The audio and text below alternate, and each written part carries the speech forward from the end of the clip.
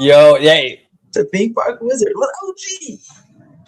Yes, Wizard. Rudio here says you're trying to go out with the B-roll king, Vash Sky, with this intro. Bro, you crushed it. That intro was amazing, dude. No, that was so cool. I was like, wait a second. I gotta get a nice, long intro, a little 2-minute. There's gonna be a countdown clock in there eventually, but I was like, I have to use. So I took all my B-roll footage from all the parts, my lovely folders that I use for my voiceover videos. I was like, let's put a little bit of everything. Let's do some Epic, some Six Flags, some Disneyland, some California Adventure, some Universal. Let's go. And then Dude, I that was used amazing. that song there.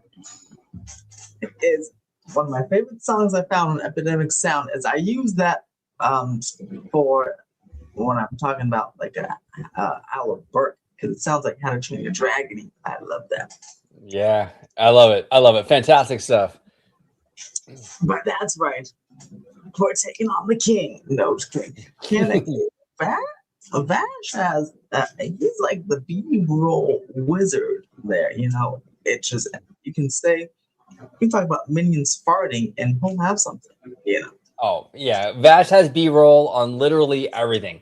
You could tell Vash, hey Vash, remember that incident at Disneyland, like when the Columbia like stalled out for like 30 seconds in like 2003? Yeah, bro, I got B-roll of that. And wait, hold on, let me just make sure. Stupid thing. Okay, there we go. But yeah, that's hilarious. Oh my goodness. Yeah, he has, like, I swear, if I said, okay, Vash, in 1972, when this incident happened at Disneyland, I feel like within 3 seconds it would be on screen. I'm like, holy crap. Boom. Yeah, Vash is brilliant when it comes to like the B-roll, when it comes to like the research that he does. He's always been like that. I've known him for a long, long time. He's always been really, really good at all that stuff. So yeah, he crushes it. But your intro though, your B-roll is pretty fire too, Wizard. So you're doing it too. Oh yes, that's right. Inspirations abound. And look, speaking of Vash, we have the other half of Vash, the Vixen. There she is. Sky. Go check out Vash and Vixen. First you have to become a member of the channel, and then you have to go check out Vash and Vixen on Saturdays at noon for the special member-only stream. They dive into a little bit of history and tie it into a recurring event. I believe last week's was Space Mountain, which is a story we have here. They're talking about the kind of history of Space Mountain and probably talking about the rumored refurbishment there, which is causing quite a stir. But did we expect anything else? OG, did we expect anything else? You know, Wizard, the fan community is always like super rational and calm about everything. So I am really taken aback by this. Is so out of character, you know. I know, who knew? I mean, and for anyone who doesn't know, this is what we know. So, by the way, let's break it down. This here is, first of all, not even confirmed. This is CapTheMagic now. They're fantastic with their stuff. They've been around for a long time, but it's still not confirmed. They even themselves say rumor, right? Rumor. May be next in line for refurbishment. This is not even confirmed, and it caused quite a stinker already. But according to CapTheMagic sources, this classic coaster is in the planning stages for a rebuild that touches nearly every part of the attraction, from the track to the queue.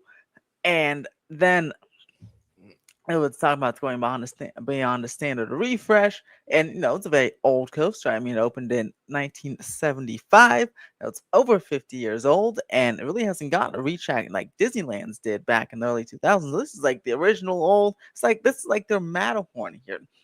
And so eventually it has to get a retrack eventually. And it's interesting because people are pointing to you're like, oh gosh, I don't know. When the last few things Disney has touched, it's been a big problem. And that statement, OG, confuses me because, you know, I feel like the last few things Disney touched at Disney World have been pretty good. Buzz Lightyear seems like a big upgrade. Thunder Mountain seems pretty great, and that allows more people to ride. And it's the same Thunder Mountain. They add a cool little effect. Same Thunder Mountain. I'm sure the Carousel Progress, I know people are a little worried about that, but the few, like the Rock and Roller Coaster, the Muppets, I've heard nothing but great things, and the Scooter animatronic looks so cool.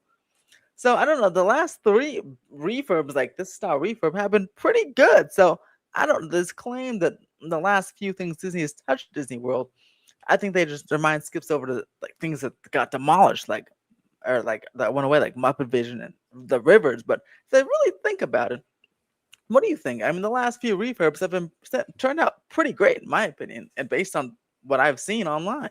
Yeah, no, I agree with you, and I've said that on my channel as well. Where it's like I feel like the Muppet Rock and Roller Coaster turned out really, really good. I even love the animation courtyard over there. Yeah, that too. That was a big surprise with the trees and all the characters, and that was relatively cheap and easy to do. So yeah, no, absolutely. And here's the thing too, right? Like when it comes to Space Mountain, it's kind of hard to mess that up. It's a roller coaster in the dark. I mean, look, nothing's impossible, right? Maybe they'll do this thing and maybe it'll come back and be really, really bad. But in my opinion, really, what could they possibly do to Space Mountain to make it that bad? So I'm not really super worried about it, to be honest with you. And honestly, the fans have been asking for this. Like I've been in the fandom a long time, and I've heard for years from Walt Disney World fans how their version of Space Mountain is super bumpy. It's like super rocky. It's like basically you need a chiropractor after you get off this thing. It's like, for me, it's a good thing that, okay, we're going to gut this thing. We're going to put a new track in, right? So I get it. Like fans get super nervous because these places have a very strong emotional connection. I don't know. But at the same time, I think it's going to be okay. And the other thing too, is I think that I honestly do give Disney credit for revisiting some of these older attractions and kind of plussing them and refreshing them. Disney doesn't have to do this. Space Mountain is already popular. The Carousel of Progress, I mean, all this stuff they don't have to do this stuff. And for me, I feel like for them to put the money in, they're doubling down on the history by putting the money and investing into these properties. I mean, into these old attractions. Now, look, they're going to have to change stuff. I mean, you're going to go through, you can't have 1975 technology in 2026 anymore. You're going to have to, and Walt wouldn't want that. Let's be honest. Would Walt want outdated stuff in his park, especially in a land called Tomorrowland? No, I don't think so. So I get it. It can be a scary thing. And I respect that. If people have concerns, I respect that. But at the same time, come on, fandom. This is what we wanted, right? We wanted Space Mountain at Walt Disney World to kind of bring it to the new age and be smoother and more like the one at Disneyland. I mean, I thought that was kind of like what everyone has wanted for years. And the best part, I feel like that most people are ignoring is that, current Disney, was all about putting like IPs and things, right? And well, Thunder Mountain came back as Thunder Mountain, no IP attached. It could have just quickly added Toy Story characters on that one, like Woody and Jesse, and promoted with a new movie. And look, this Space Mountain, this happens, rumored to not come back as Buzz Lightyear or anything, like was rumored for Disneyland that one time. It's rumored to come back as Space Mountain. I mean, I feel like that's awesome. I mean, after the Splash Mountain to Tiana change and adding IP to things, I feel like people would be very happy about that. That'll be coming back as Space Mountain, the normal Space Mountain, Yeah, no, I agree with you. I mean, I think there's not really that many opportunities with Space Mountain in particular that they can mess up. Mm-hmm. There's no animatronics. There's nothing they can really do. It's a roller coaster in the dark. So basically, you're going to get a smoother, newer coaster, and it's not going to be as jerky and bumpy as it was before. To me, that's cool. Now, the queue area, I mean, that's a whole different thing. Maybe, people love the queue and all that stuff, but I don't know. Like for me, I'm willing to have an open mind with that stuff. I do want these places to evolve. I do want them to change through time. I don't want these things to become museum pieces and just kind of like just stay the way they are for decades and decades and decades and decades. I really don't think that's the answer, So, we'll see how it is, But I support this. I think it's a good move, in my opinion. But I think so too, because I mean, I feel like a lot of people don't realize or maybe forget that roller coasters, they have all rides, especially roller coasters, they have like a shelf life, and after a certain amount of time, usually it's like 20 to 25 years. After a certain amount of time, they have to get a retrack, or you have to like rebuild it or demolish it, because then it's like not safe. So I mean, I'm sure people would rather have Space Mountain in the park than not have it at all, and if you just don't touch it, then it will start breaking, and then we don't want structural failure here. No, exactly. No, you're right, Wizard. Yeah. And I've been saying this for a long time too, where it's like, I want them to gut our Matterhorn and to give us a whole new track in there, and then we can be finally put all this Band-Aid stuff behind us. I want a new track. Close Matterhorn down for 3 years, gut it, and build it back up again with new track. I would love that. You know what I'm saying? Be fair to California. Because otherwise, the other alternative is Matterhorn, closes forever. Especially here, all it takes is one moderate little earthquake or something, and they deem Matterhorn like a red tag, and then what happens? Then it's just demolished, or it just sits there like a mute. Then you can't ride it at all, which would suck. No, I agree with you 100%. And it's like I want them to go in there and fix Matterhorn, right? I want them to. I mean, if I was in Walt Disney, if I was in Florida, I would be happy for this. I would love this. I even said, honestly, I wouldn't mind if Disney bulldozed our Space Mountain and gave us a version of the one they're getting in Tokyo. I'd be completely fine with that. I would love that, because you know what? Honestly, I mean, I think that you do need to innovate and move forward. Look, the one in Tokyo is still Space Mountain, but it's setting that attraction up for the future now.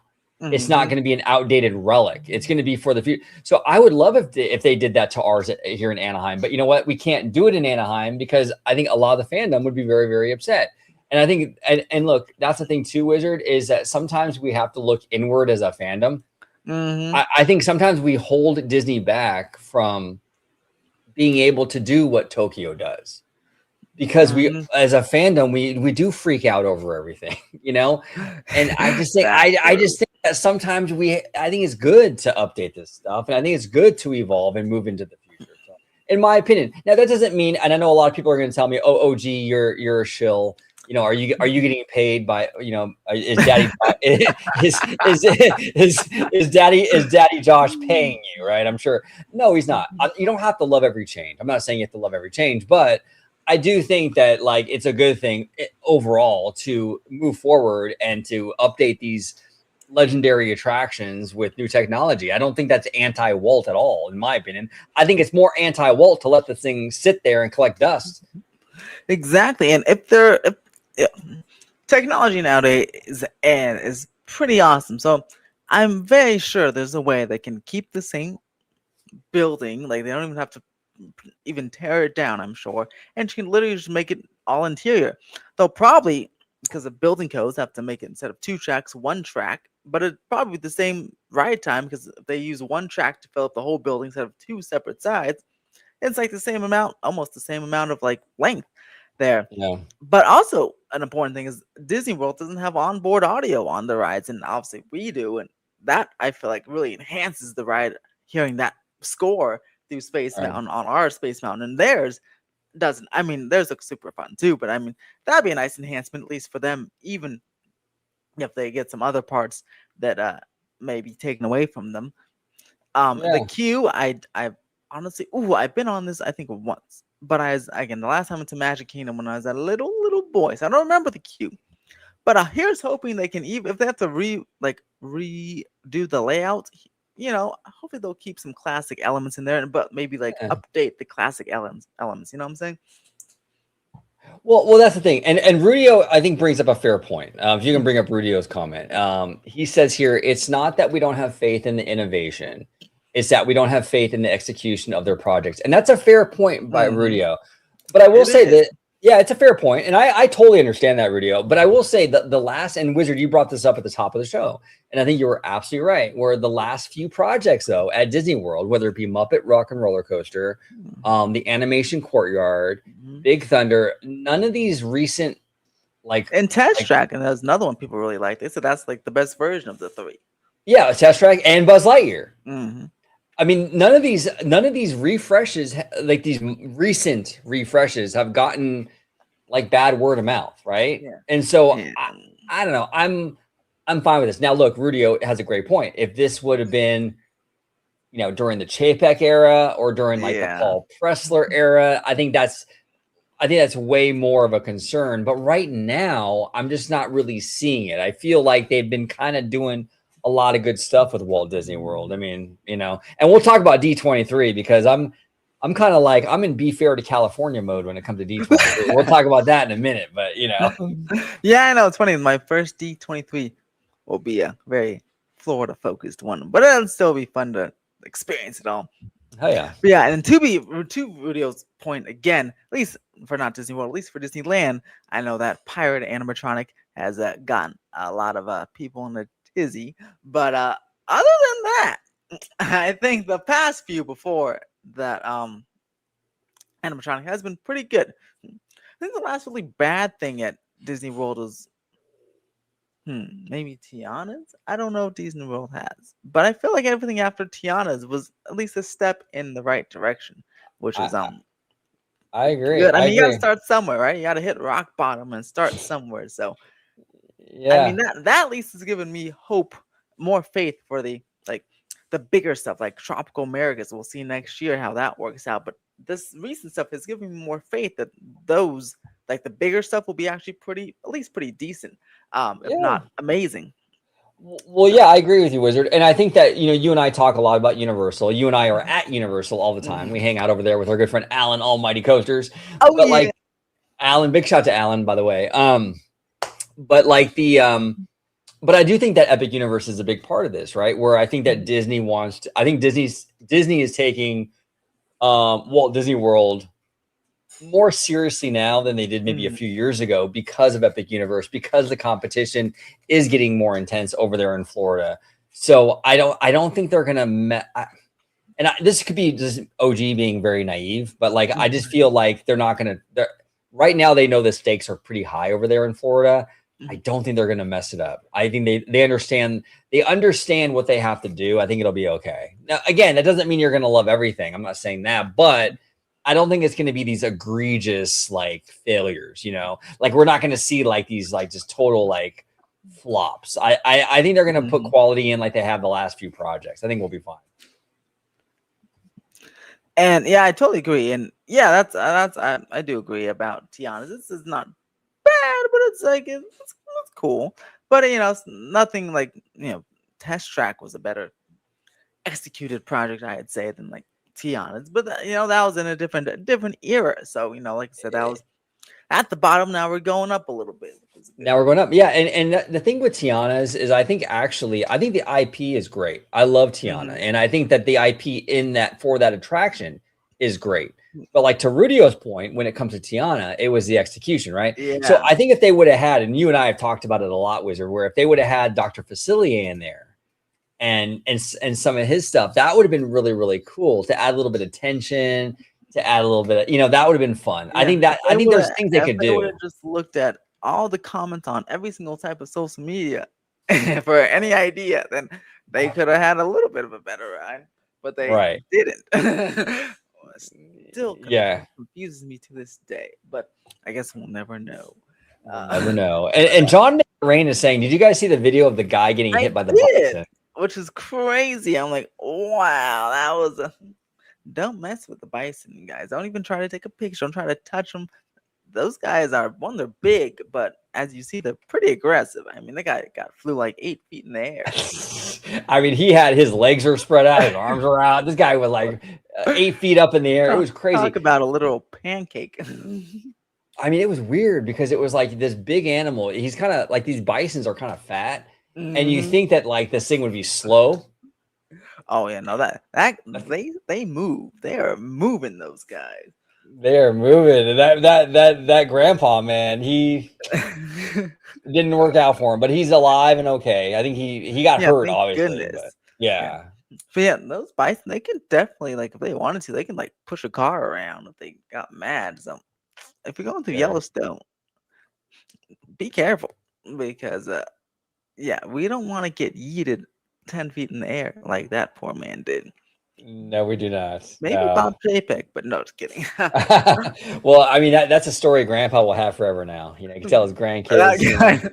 Can you believe it? I can imagine the grandkid going to school and telling all their friends, and their friends like, "No, they didn't, you liar!" And they're like, "I'm not lying. No, I'll show you. Here's the video." That's funny. Pretty insane. And speaking of things that are unbelievable, we're gonna hop into Knott's Berry Farm, because here's something unbelievable. It looks like Montezuma's Revenge is gonna reopen after 4 years. OG, 4 years. This thing looks like it's gonna beat Fast and Furious and open up next week, maybe. So this is crazy. I know OG won't be going on it. No. But this ride, speaking of old ride, this is another old ride that had to either be retracked or demolished, like Space Mountain. And Knott's is pretty good at preserving history of their own, like Disney is. I feel like Knott's is like the best regional park in terms of preserving history and historic stuff like that, like old rides, like Disney is. What do you think? Yeah, no, absolutely. I think Knott's has shown over the years. I mean, the mine train and the log ride. That one. I mean, that one got a good refurbishment a few years ago, and it looks really good now. Yeah, absolutely. So yeah, no, they're good. Now we'll see, because historically they've been pretty good, right? But now they're owned by now it's like Six Flags too, right? Cedar Fair. Yeah. So we'll see how it is going forward, but like historically, and I'm sure this will be great. But yeah, I mean, I am worried about the future of Knott's because of the merger, you know. But I think this thing, because you were saying, Wizard, this thing was like in the work, like this thing has been worked on for like 4 years. So it's more like residual from like the. I feel like if this didn't start and Six Flags acquired or they merged, I feel like this project would have been canned and the coaster would have been demolished or something. I feel like they would have taken this much care into this like historic coaster. Yeah, if it was Six Flags taking charge. Yeah, I agree with you. Now, have you been to Knott's recently, or? The last time I went, it was for the Boysenberry Festival. That's such a bad time because it took me a half hour to park it because all the lots were closed or open. There wasn't good signage.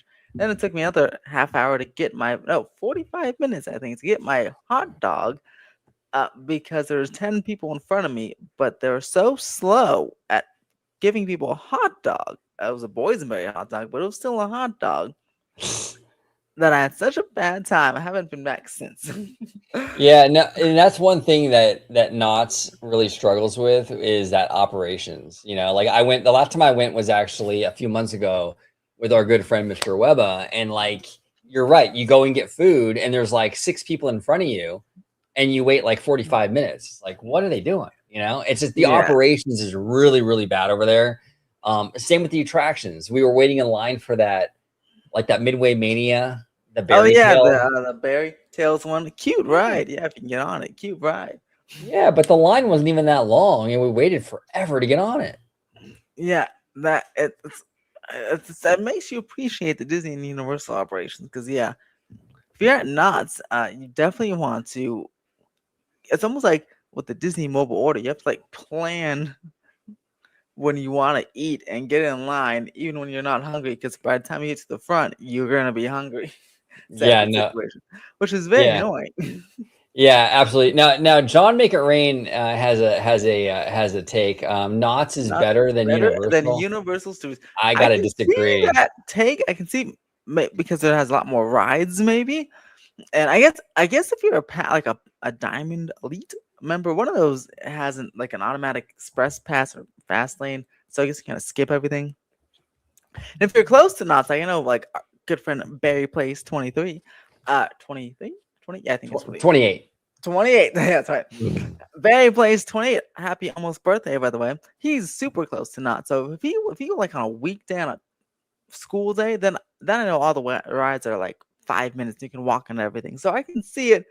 Someone having that opinion about Knott's, like at that time, but when it gets busy, it's not even close. Also, entertainment wise, they do have a lot of good entertainment in Knott's defense, like especially like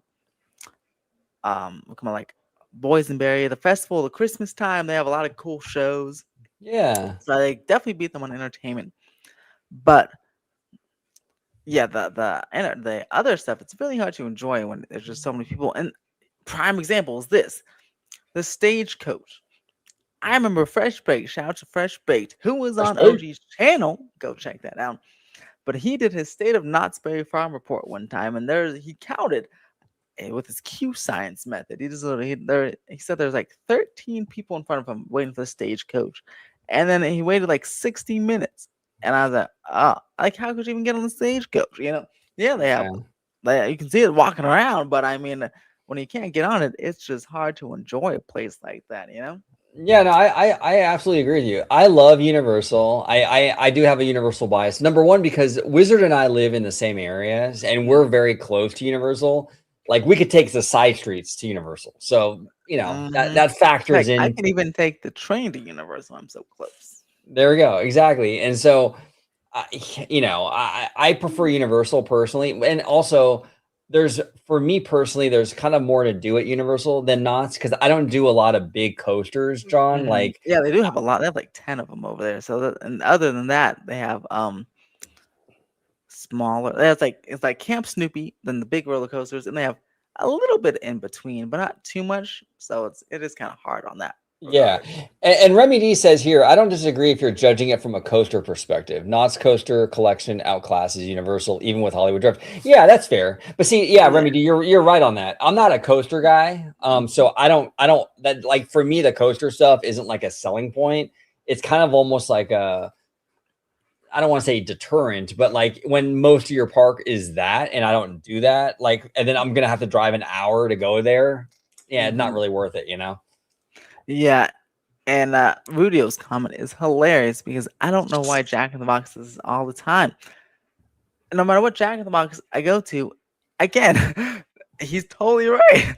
I could be the first person in line, the only person in line. I've gone there after going to the bar or the club at 2 a.m. because it's 24 hours, and maybe it was the only place that was 24 hours in Agora, and other places were closed. So maybe they're like, Monopoly, screw it. Because I was like one person in line. It took like 15 minutes. I'm like, there's one per. What do they order? So then I started going in. There's 2 entrances. So I started going in the second entrance, looking at the drive-through line because luckily their indoor was open 24 hours. So if it was like more than 3 hours, I just go inside and be in and out. Because Rudy was totally right. I don't know why Jack in the Box does that. No, Jack in the Box and Knott's are very much the same in that regard. Y'all need to hurry the heck up. Yeah, exactly. Now, what do you get? Like for me, my go-to at Jack in the Box is I love the tacos. They have some of the best tacos at Love Jack. tacos. I went to a Laker game a few times and they won, so we got the free taco deal. Love it. Amazing tacos. The jalapeno poppers. I like spicy stuff, so that's amazing. But what do you get? At that time, so Jack in the Box, I get the tacos, also sometimes the chicken nuggets. But at that time, the 2 a.m. time, I'd always go and I get such as some fries, but also the chocolate overload cake. Oh, which I just got. We went to Jack in the Box in San Diego just on 4th of July last week or 2 weeks ago. And luckily, this Jack in the Box, we were like the only person in line and it wasn't too bad. But yeah, because Liz wanted some Jack in the Box. I'm like, that sounds good. I was gonna go to McDonald's because I wanted ice cream, but I'm like, no, I haven't had a chocolate overload cake in a while. Now I'm like, wow, it was just as good as I remember. That's a perfect late night snack. And it was again after we went to the bar, and it was so great. I'm like, this is a great late night snack. That hits like after like you were saying, after going clubbing or like the bar and that 2 a.m. like that fast food run at like 2 a.m. or 3 a.m. Oh, it's perfection, dude. It is absolute perfection. You know, I absolutely love it. Do they still have cheesecake at Jack in the Box? I used to love their cheesecake. Ooh, I didn't see that on the menu. I'll have to check because I didn't look. But I didn't even know they had cheesecake. I'll have to check that out because that sounds good too. Yeah, it's really good. And I want to thank Greg. Greg gifted 5 OG55 memberships. Thank you so much. Go. Okay, that's funny. I saw OG55, so I thought he gifted 55 membership. I'm like, holy crap. What? but 5 is just as good as 55. Wow. 555. It's like this whole little, I like this vibe going on here. Shout out Greg, 5 memberships, and what a cool profile picture. I don't know if that's his parents or not, or him, but I like the old timey feel of that. Cool. Yeah, absolutely. Love it. Thank you, Greg. And he has a little present. I like how the streamer puts a little present next to his name. That's cool. That's pretty cool. Pretty cool. Now JJ's got an interesting comment about the food stuff. You see that? And but which about Universal Art? Okay. Ooh, see, this is hard. Well, is it hard? Oh, John, yeah, this was I'll go right back to JJ. But John, this video right here, this was Knott's teaser they put out about more information for Montezuma's Revenge, which should come out later this week. But they just put this quick little teaser. So it's like Egyptian stuff back there. But I'm gonna have to go. Okay. Well, there's 3 places inside the park that I eat at Universal. No, 2 places that I like. Well, I like Three Broomsticks and I like La Cocina. But at Disneyland, I really like the Hungry Bear barbecue. And that's what I had yesterday when I went. And it's so good. Yeah. I like Three Broomsticks ribs more. But, new member for OG. Theme park. Thank you so much. Thank you so much, Theme Park. Yeah, I mean, I like ribs. Best theme park ribs ever, I think, are at Three Broomsticks. But I like the whole platter, the combo platter at the Hungry Bear barbecue. Like I had the pulled pork and the beans. I didn't have the coleslaw because that explosive diarrhea thing's kind of freaking me out. So I'm staying away like that, non-cooked foods. But I usually do love coleslaw, especially when they do have the coleslaw there. That was hilarious.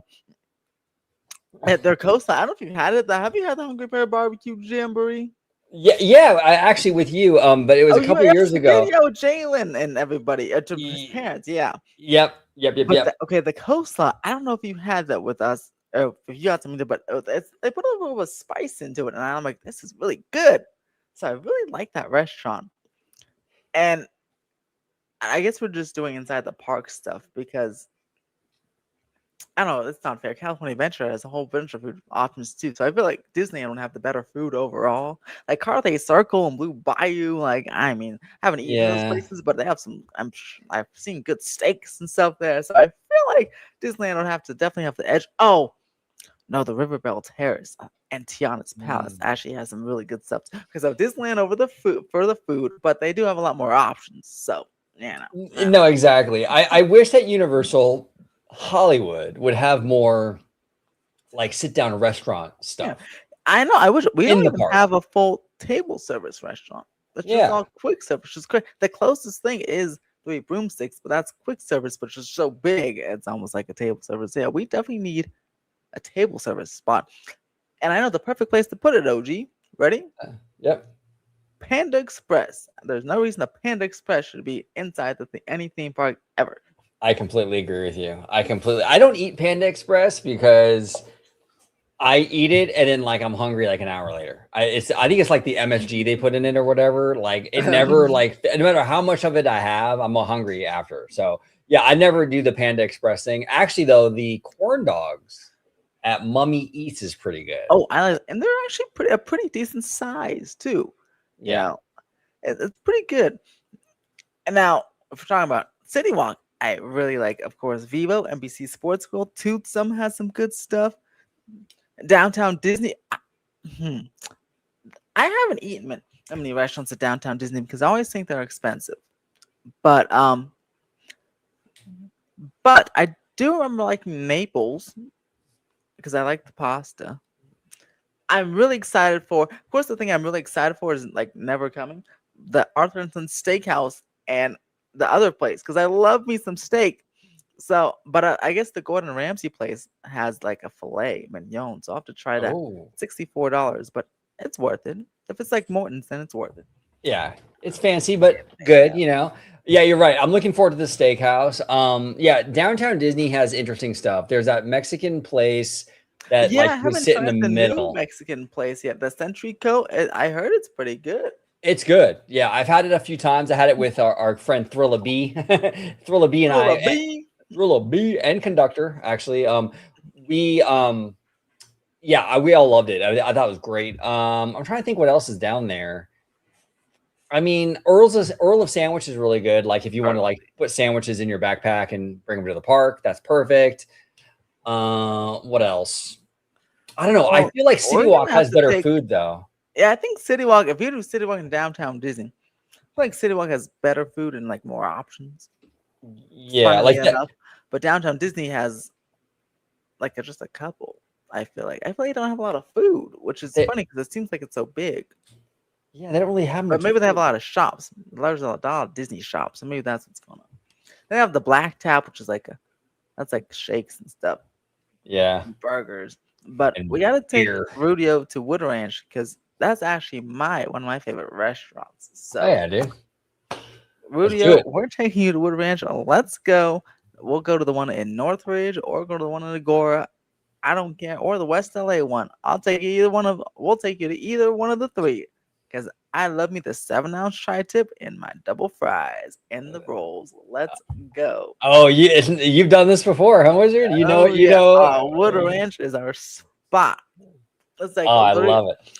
for Oh, my did you for see my by the family's birthday. yeah? That's like all they go to.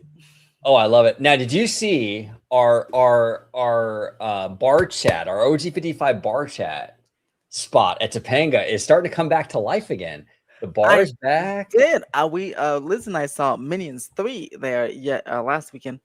And I was like, oh, we were like looking down. First of all, the World Cup flags. I was like, that's so cool. And then there's more people. I was like, oh, there's some new spots coming up down there. So that's cool. We'll have to go back to a little bar chat over there.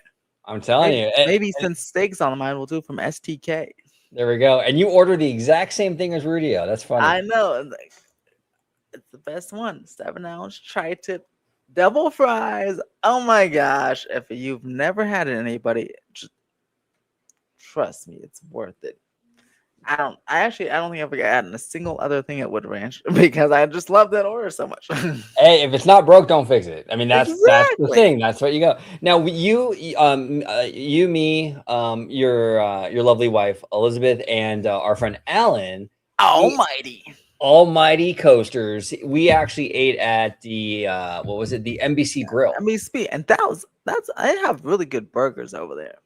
Yeah, yeah, that place was good, man. That was really, really good. So, John is asking you, did you like Minions better than Toy Story? Oh, That's a this tough new one. movie. Okay, I liked the just Toy Story 5 and Minions 3. I liked Toy Story 5 more. But Okay. but overall, I don't know. The Minions are so cute. I don't know if I like them better than Toy Story, but I at least like them the same as the Toy Story characters because they're just so cute. And that includes Gru too. The whole Despicable Me thing. I think I like Yeah. it about the same as Toy Story. Illumination hit a jackpot whenever whoever Oh came up with man. that idea because without them, they would never be alive. Well, and those little minions that walk around at Universal, I like know they're so cute. they're They're so balanced. little. Like, I'm like, look at this little guy over here, you know? Yeah.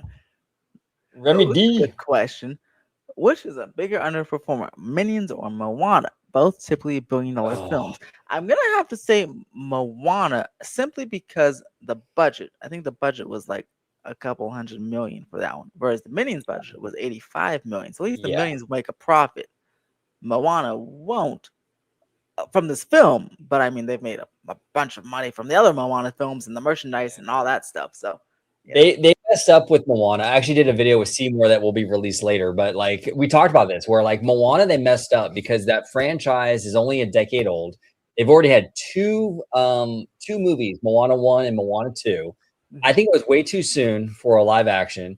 On top of that, I mean, I don't know. It didn't look that great. And plus, Maui has no nipples. Did you notice he has no nipples? yeah, and his Weird. wig is quite interesting.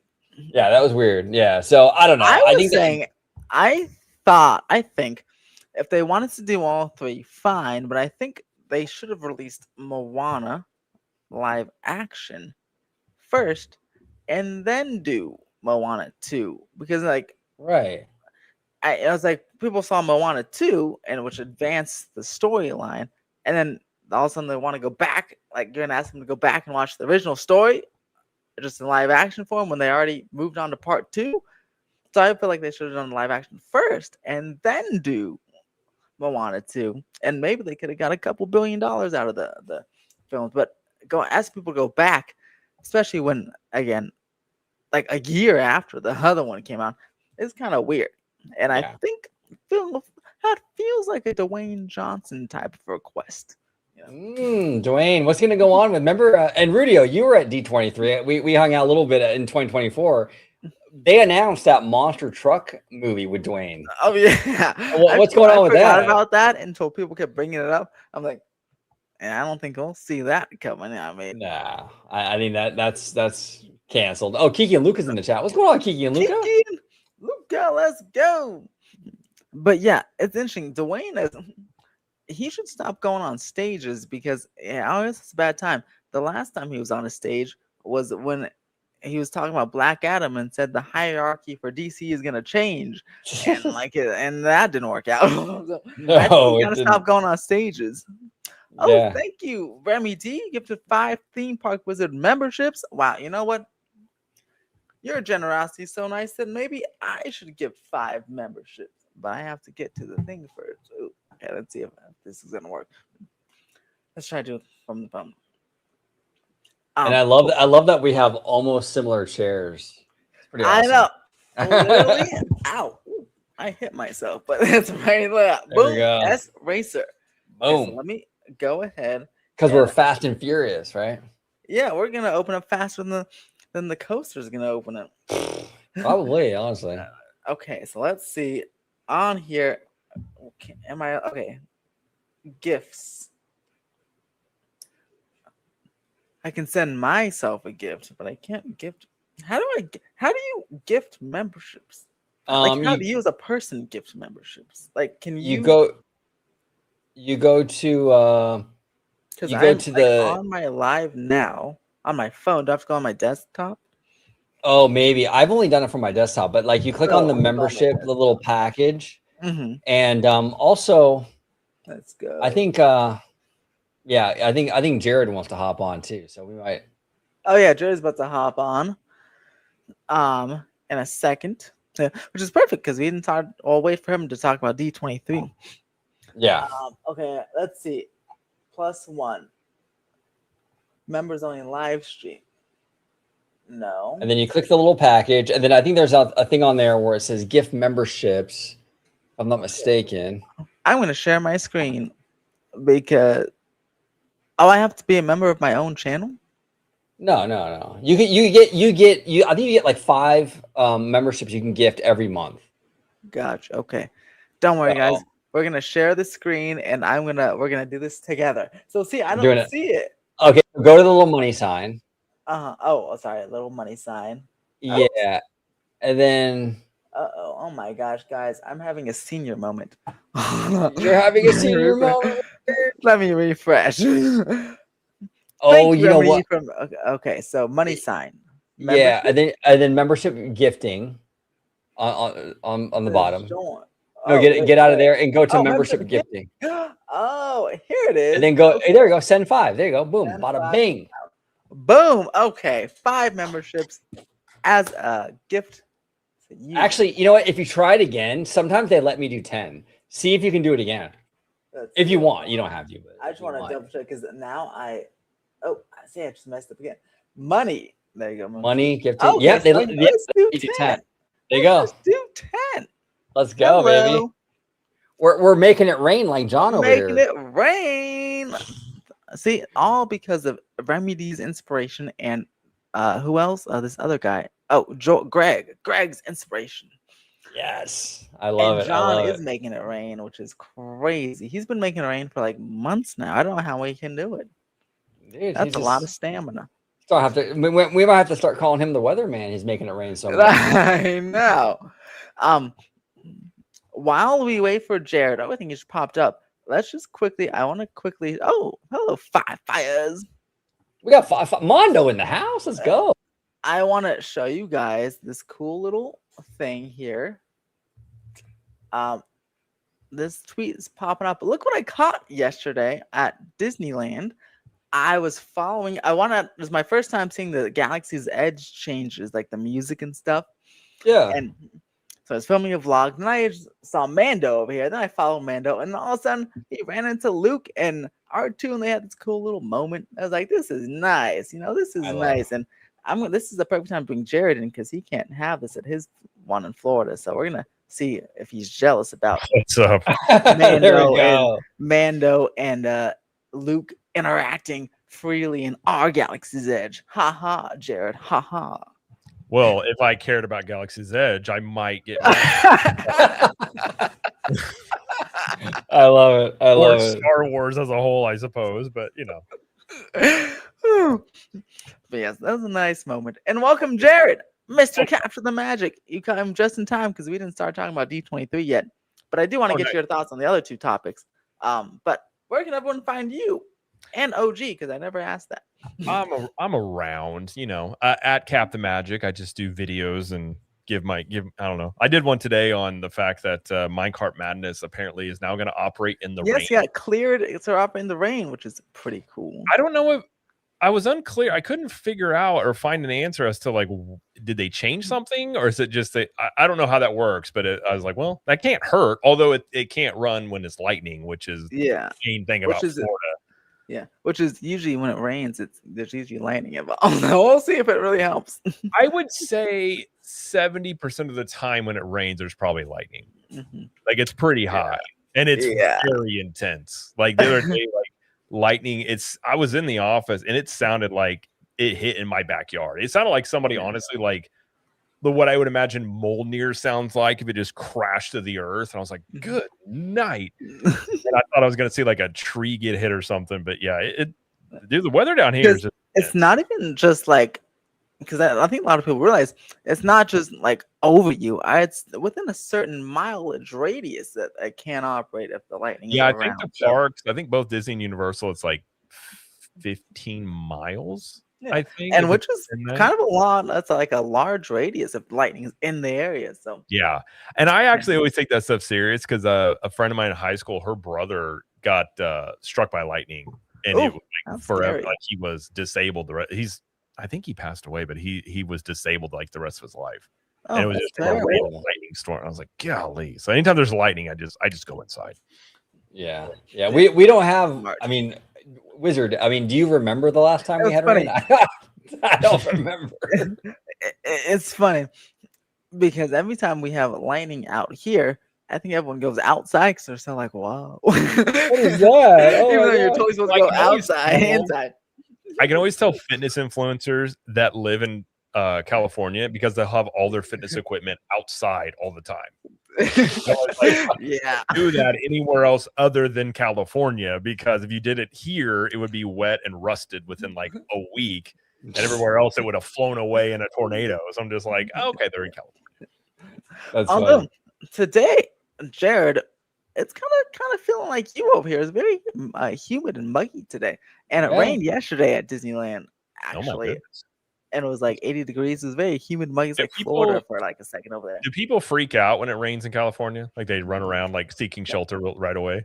A little bit. Yes, definitely. Yeah. I mean, the driving gets really driving gets a little crazy. But now I feel like the I-4 driving gets a little crazy all the time. So I don't know. That reminds me, I was in Texas as a kid, and it was around Thanksgiving, and it randomly snowed. It was like in Dallas, and it started snowing. And I just remember as a kid watching all these cars just sliding and doing 360s and running into each other, like because nobody knew how to brake in the snow. They just all slammed their brakes on like they normally would, and they were all just skidding. And I was like, "Oh, that's crazy." Oh my gosh! Yeah, our freeway system is nuts in the rain. Yeah, I can it's gotta be a little careful because they're like, woo, slipping and sliding and. I can see that. And sometimes they're like, just keep going 80 even because it just don't matter. Just go. It's like I'm on a hydroplane the whole way. Yeah. But Jared, before we get to D23, I don't know how much you know about Knott's Berry Farm, but Montezuma's Revenge is going to reopening. It closed in January 2022, and it took 4 years, and it's finally reopening. It's a very smallest coaster ever. It's like one track, and it's a shuttle coaster. And they've had, just like Fast and Furious, lots of problems, but they had like years of problems. And then affected the Six Flags merger, caused it to stop. And now it's finally reopening, so we're rejoicing. It's reopening next week. So, yay, Montezuma. It was down for 4 years? Yeah. 4 years. 4 years. 4.5 actually now. And one of the changes, one of the rumored changes was, it was one of those, I can never say their name.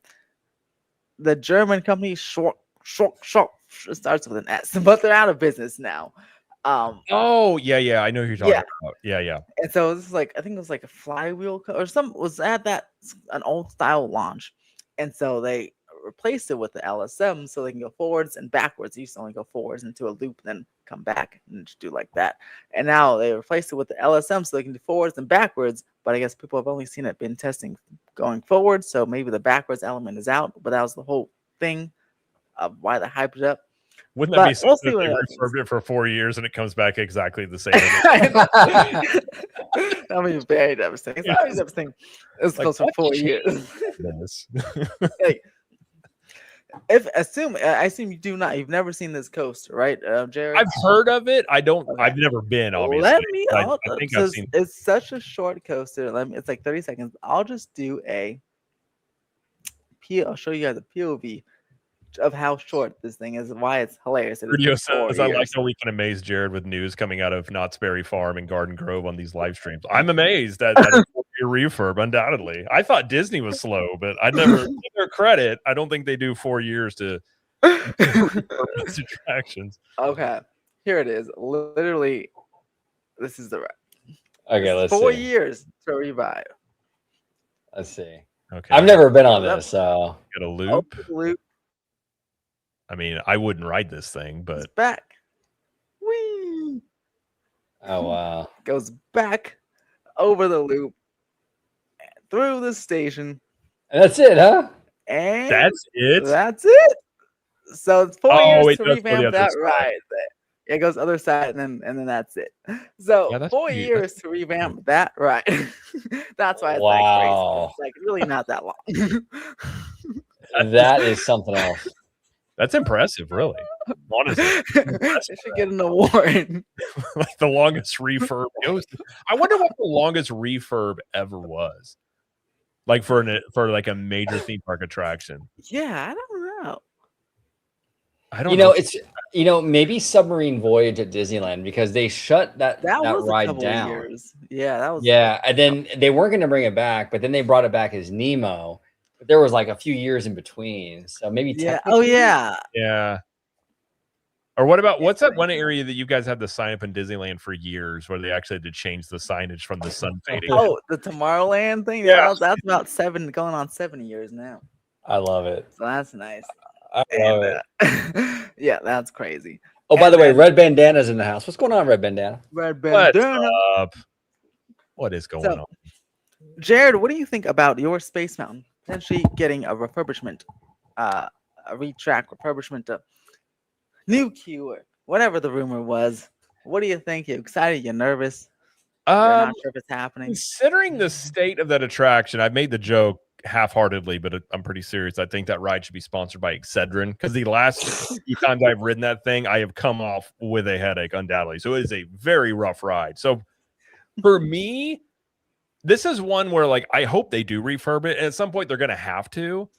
And I kind of wouldn't be against a reimagining of this, considering you're mostly just in the dark in this ride. Right. So it's kind of a unique situation where, like, if it's a smooth one and you do like these updated projections where you could really make it seem like you're in space, like Guardians of the Galaxy, how it does feel like you're kind of floating in there. Mm-hmm.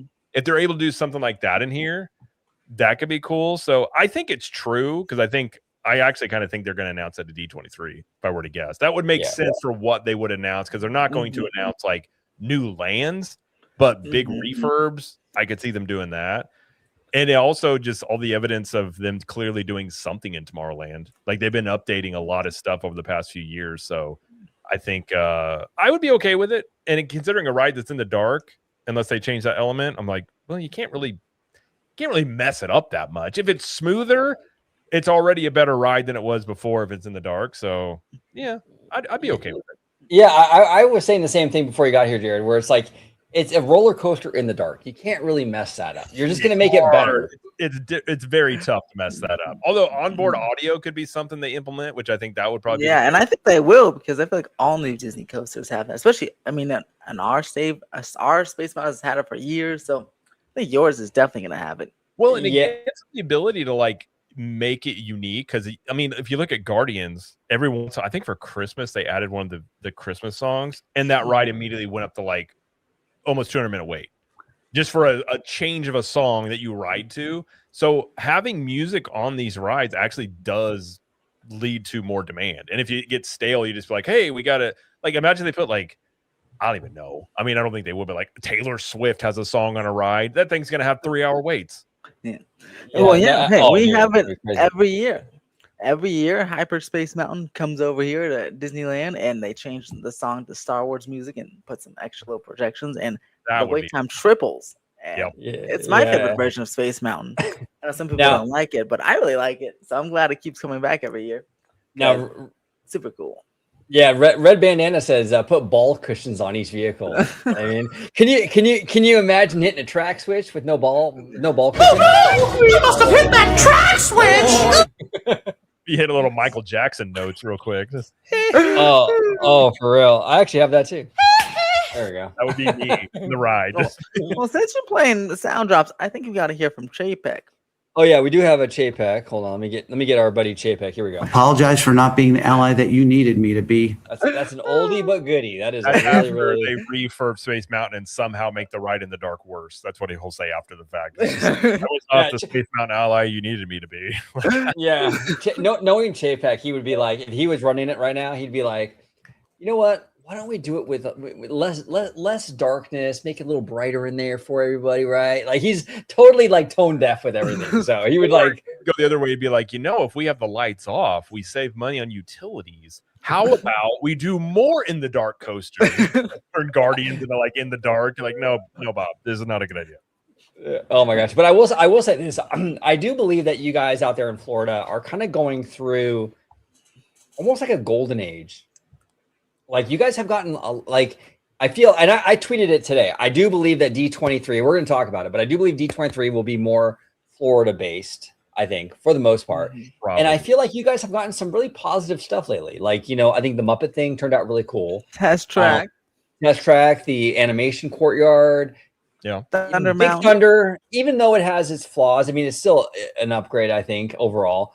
I mean, it's looking pretty good for you guys right now. I think Bob Iger, I love how we always get onto the Bob Iger thing, but I think Bob Iger, I don't think he was really a fan of like the Florida thing. It's a vibe. I agree with that completely. Well, I don't think Bob Iger is really a theme park fan, to be quite honest.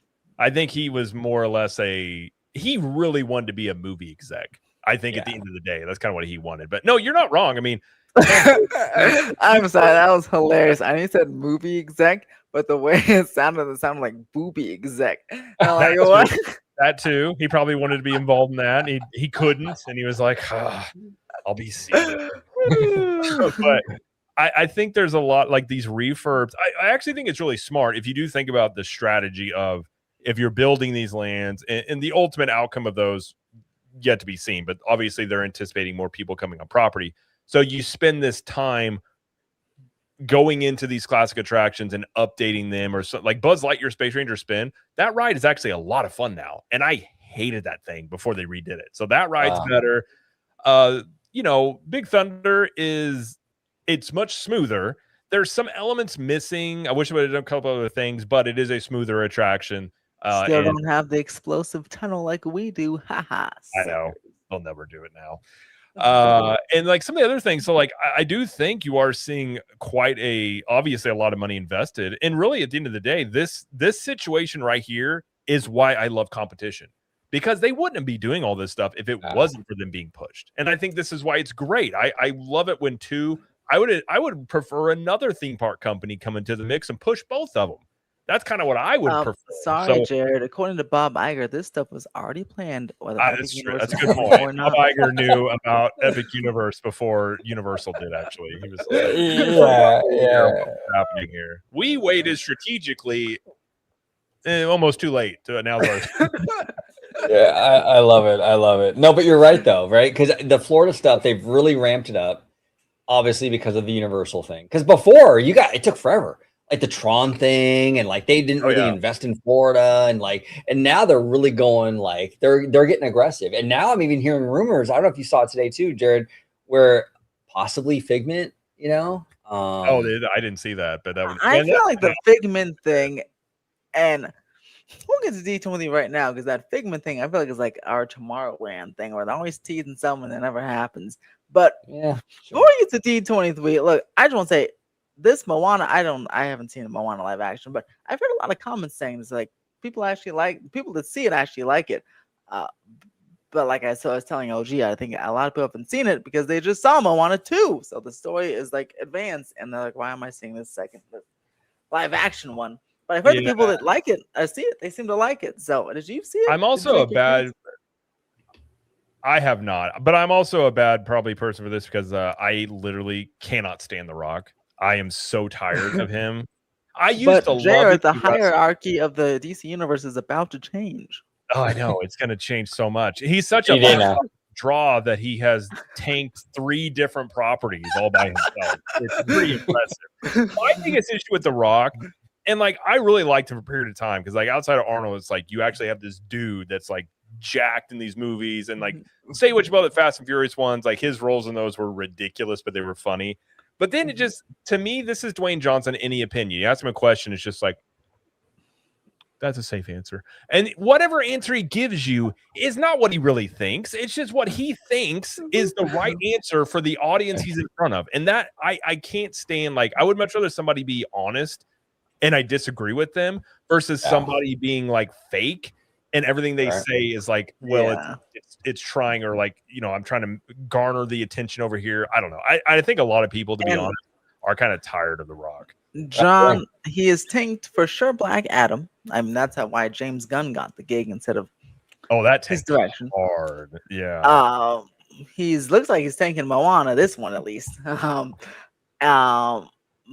what else? There was there's Red One came out in theaters, but I don't think. Well, he kind of tried to tank Fast and Furious because him and oh yeah, he tried to do that too. They got a fight each other. Diesel, yeah. Yeah, and I don't think The Rock. I don't know. And then what do you know? No, what's funny? Right after Black Adam did its failure, Mr. Dwayne Johnson made an appearance in the post-credit scene of Fast X. He's like, oh, sorry, Dwayne, I need the money. I actually didn't mind Hobbs and Shaw. I actually thought that was kind of entertaining. Him and Statham when they had that enough thing. Yeah, I really like him in the Fast and Furious movies. But yeah, he's a funny. That Rock is.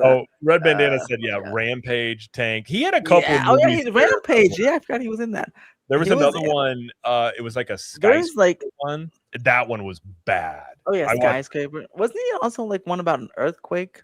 Like he was flying around LA and he's in some sort of earth. Was it San Andreas? I think it's called San Andreas. Yes, that's what I'm talking about. Yeah, it was San Andreas. Yeah. He was like, that movie was. It was clearly made for China. It was the most he did the most ridiculous stuff. He literally grabbed as an elevator's falling. He took a shirt and grabbed it to stop the elevator. I'm like, this is insane. Oh, that's akin to Vin Diesel taking out the helicopter and supercharge. Also in Hobbs and Shaw, The Rock picked up a concrete bench and curled it to intimidate Jason Statham, and I was like, impossible, but I respect it.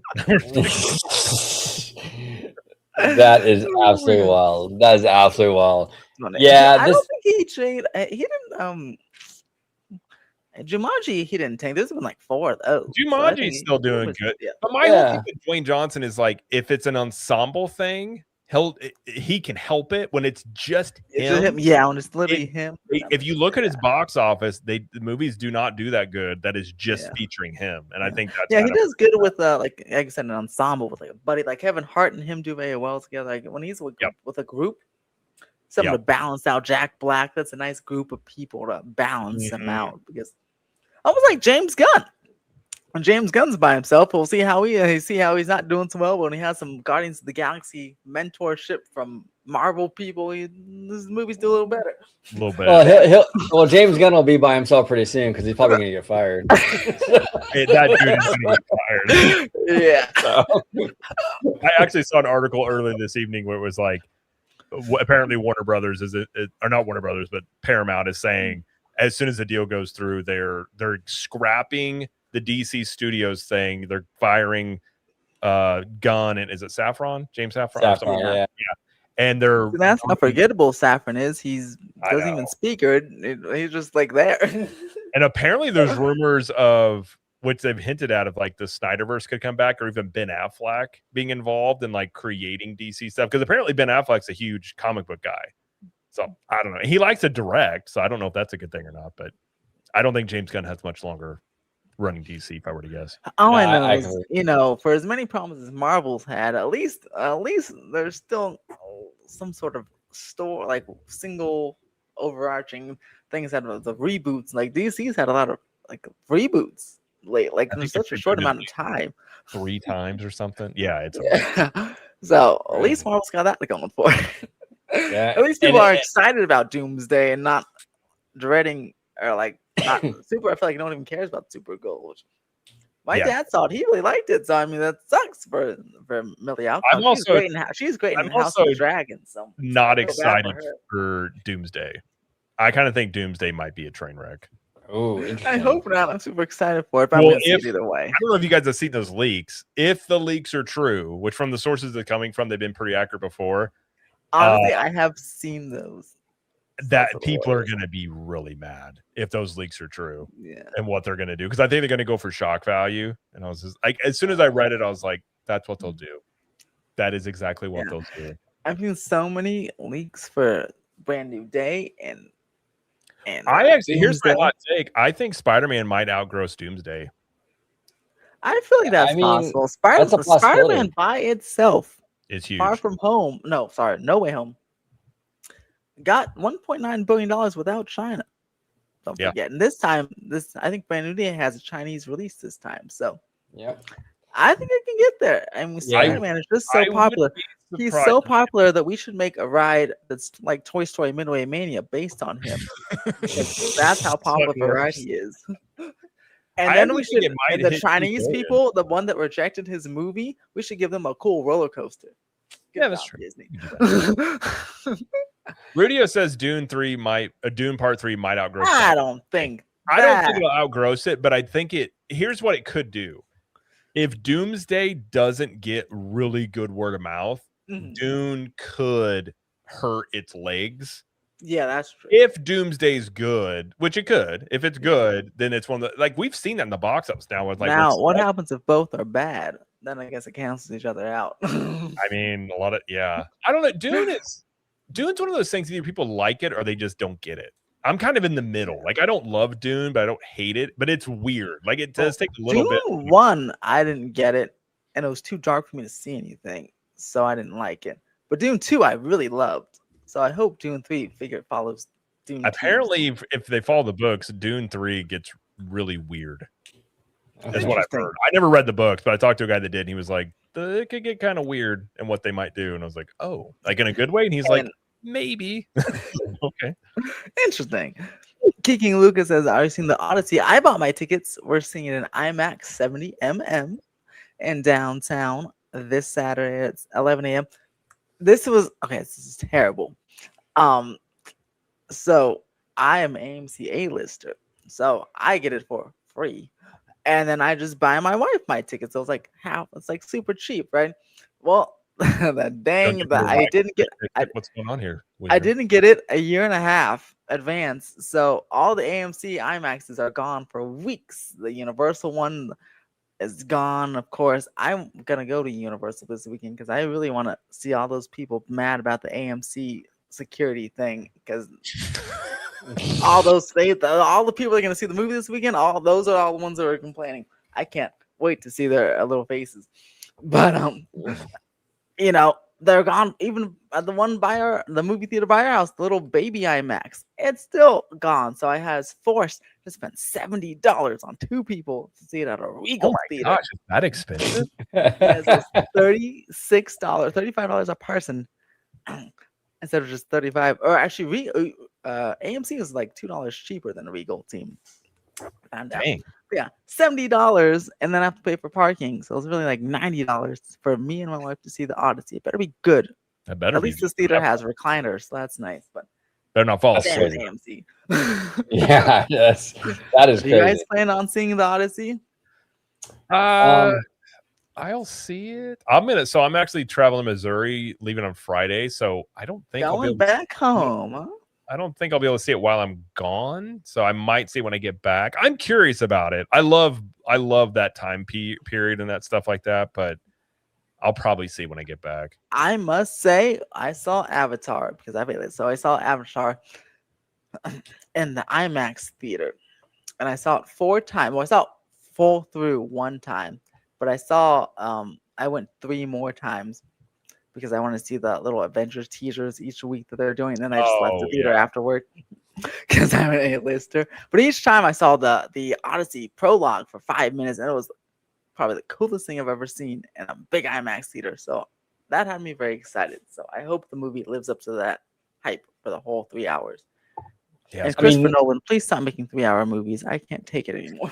Yeah, he loves doing that. Red Bandana says Odyssey will be utter butt garbage. I feel like people are gonna either. Yeah, I'm curious about the reception of it. I'm curious what will end up doing better than Odyssey. That'd be horrible if that happens. I think anybody thinks so. Even if the Odyssey is bad, it's still gonna do well just because it's Nolan.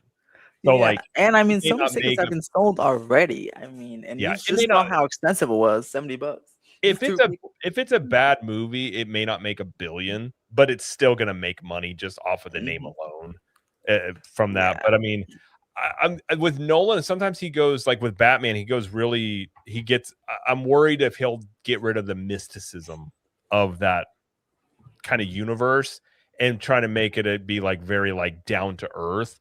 If he does that, I don't think that really is gonna be what the Odyssey is, because the Odyssey. I mean, did you guys ever read the Odyssey when you guys were in high I school? did in school. Yeah. And then we saw like, the movie, which is there's a nice. bunch of weird stuff in it. Like you got There sure sirens is. and like mermaids, and you got Cyclops. cyclops, and you got gods and goddesses. Like there's all sorts of strange stuff. So I'm curious about how he's gonna navigate all that.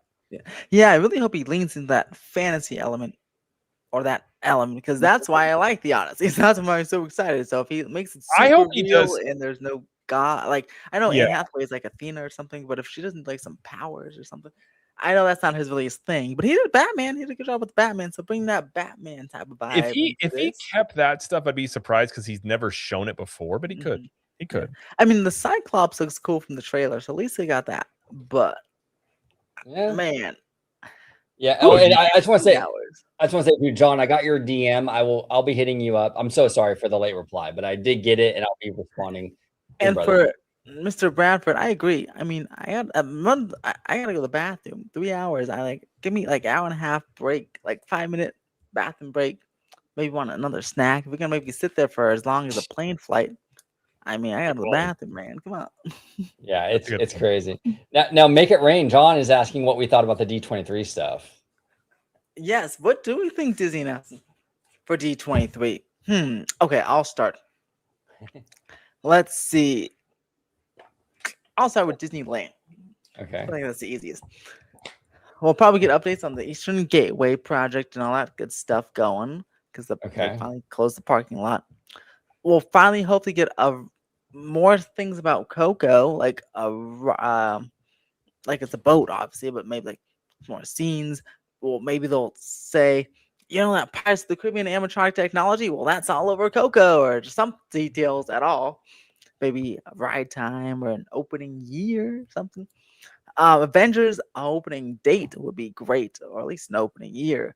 But I feel like an opening date, 2027, seems pretty okay. Maybe some more details there. We've only ever seen a couple pieces of concept art, and they're all giant screens, which has me a little scared, but it's okay. Maybe they have a surprise. And then again, Shanghai Disneyland gets the cool Spider-Man coaster, and we get screens. I don't get it, but that's cool. Maybe some more Stark. Well, I feel like we know actually a lot about Stark Flight Labs. It's pretty simple. You just go on the thing and see the thing. Yeah. Maybe we'll get an Avatar up. Oh, I hope we get an Avatar update, or else then I don't know if it's happening. If they don't, I'll laugh really hard. If they don't say oh my god, can you imagine? That would be if they don't, right now. I'm in the camp of like, okay, they're doing it right, because that's what I'm hearing from like Scott Gustin and all these people like, hey Bricky, they've been hearing it's happening. Okay, cool. But if we get to D23 and they don't give us anything on Pandora, I'm not so sure anymore. Like then at that point, I'm like, okay, something is seriously wrong. Yeah. So I don't think it's gonna be a good look if they don't say anything about it. If they don't reassure people that it's happening at D23, I don't know. That would not be probably bode well for that land. And maybe, hopefully, a closing date for Monsters Inc. And we know 2027. Boy, I hope it's January. It's gotta get this stuff going. I'm tired of waiting. But because keep in mind, we've been waiting for the Eastern Gateway since 2017, so that's almost 9 years. But whatever.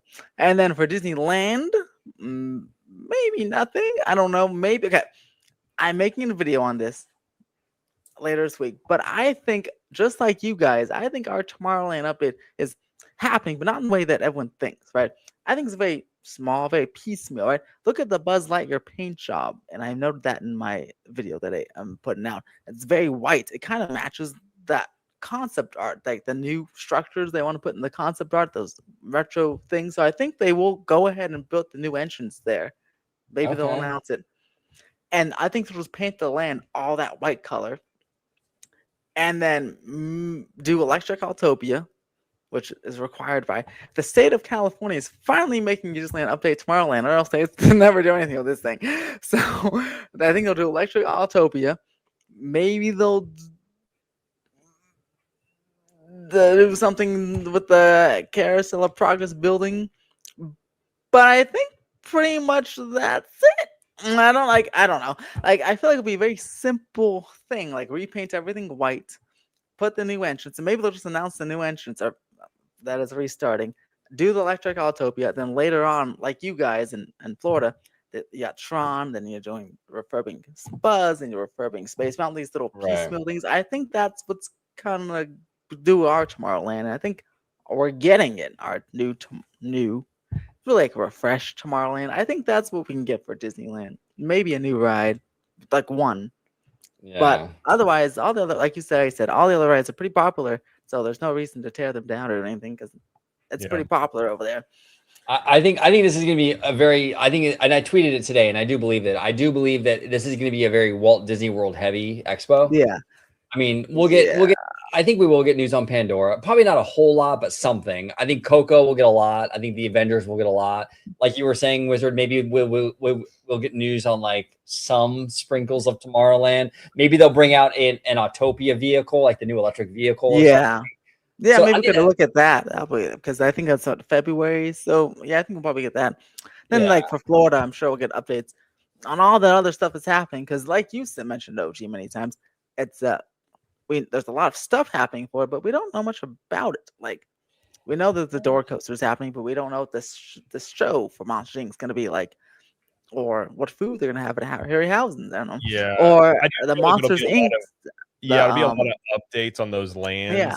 And then I actually get the impression, I'm thinking just from my end of like, because we've talked this before about how Disney's almost like cornered into these D23s. Like they have to have announcements or people get really mad. Yeah. Tomorrowland, both Disneyland and Disney World getting refreshed could be on its own a big enough thing where people are like, oh, okay. And then you update the things that they're doing at Disney World. I kind of feel like that maybe most of for Disney World would be, they'll probably have some updates about Carousel Progress. They'll probably have some updates about, I don't know about Villains Land. Maybe they will. They probably should, considering that. I hope so, because the article, I feel like they'd want to confirm or deny that. Right. So I feel like they'll give you a little bit more, but I don't think that's going to be a ton of details. Probably it'll probably just be more or less like the direction of the land, what characters they're going to implement, and things like that. You'll probably get more about Tropical Americas, exactly of like all that stuff. Probably a little bit of Monstropolis. And then, like if they do Space Mountain, that would probably be the big announcement for Disney World is Space Mountain's getting, I would imagine they would reimagine it, would be my guess, not just a track replacement. And then after about an hour of park stuff, the other hour and a half will be about cruise ships, musical performances, and Fortnite. So yay! That's actually very true. That is very. Oh, dude, I've been telling you, I was at D23 2 years ago, right? And I was getting a little nervous because we're sitting there, and this singing. Right, there was this Alice in Wonderland like punk rock band up there. Remember that? The Mad Tea Party. And I remember, okay, they did one song. I'm like, okay, cool. Now we're gonna get started. They went through like a whole set, dude. Like, it was like.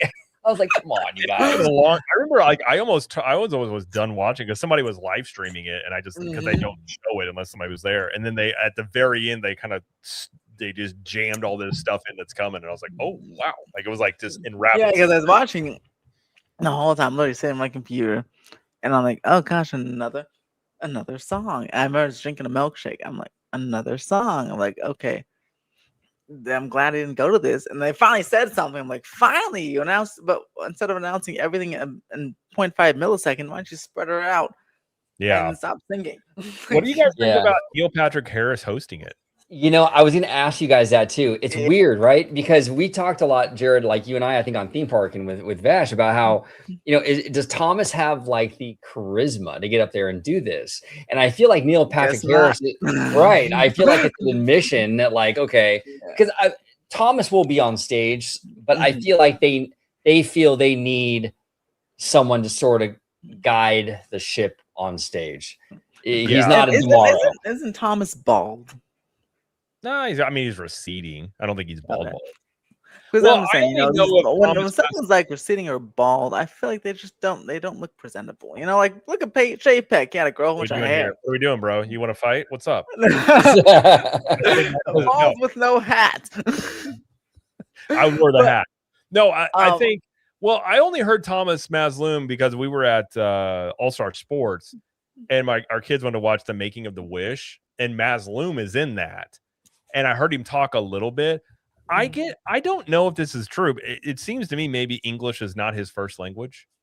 I think he might have a different that nationality. makes sense because his last name sounds like like foreignish. And also, Demaro Demaro is a very rare figure that, like, even Bob Iger couldn't carry a D23. I mean, if you really think about it, Iger would be terrible at it. Chapek would have been awful at it. Demaro is just he was good at that, so they let him do it. But I don't think that's typically what you will see from your chairman. So it actually makes some sense to bring in an MC to like entertain people in between your little segments that you have. So I actually think it probably. And I like Neil Patrick Harris. He's pretty funny. So I don't know when they went down that route. I wonder if they put Masloom on stage and saw what he did, and they're just like, "No, we can't do this. We're and then I bet you Masloom's like, "Oh, thank you for suing someone else. I did not want to do that." That it could have been that, and you know, Josh isn't going to do it because now he's CEO, so he's not going to like get up there and do the show and pony dance. Yeah, but I mean, this would be my first time at D23 and my first time seeing the Parks panel, and I do plan to sneak a live stream in there.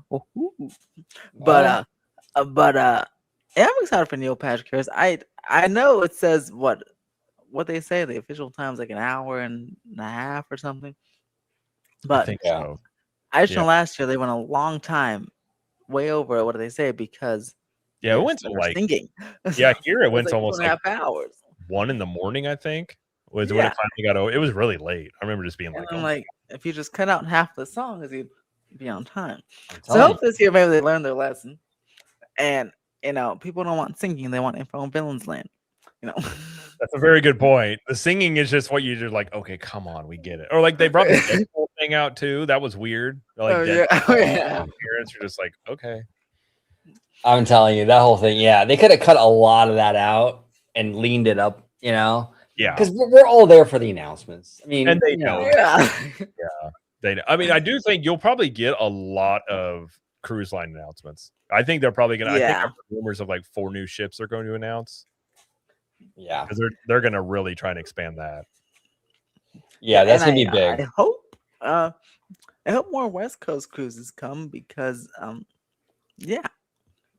want more West Coast cruises. Well, they're gonna have to. They're gonna have to do more West Coast cruises just because with all these ships, they can't have them all, you know, in Florida. They're gonna have to. Yeah, so we will definitely get more West Coast for sure. Yeah. Now, do you think ships now not to? There'll be like if you were to guess about any surprises they have in there because they always mention little surprises. Do you think like Figment will be a surprise? Do you think something that could be a surprise? Will be like a surprise. If they did Space Mountain refurb and Figment gets a refurb, the Disney World people would go crazy. Yeah. I'm not much of a Figment person myself, but that ride, if they said they're going to revamp that, which I think it does make sense to revamp that. If they're revamping Space Mountain, some of these older attractions, it does make sense that they would also look at doing that.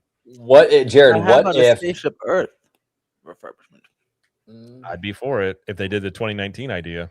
Yeah. Now, what if they come out at D23 and they're like, you know what, Florida, we're getting you a new fleet of monorails. Can you imagine? Oh, I mean, that Monday followed up by a brand new transit ticket we're going to charge you to use.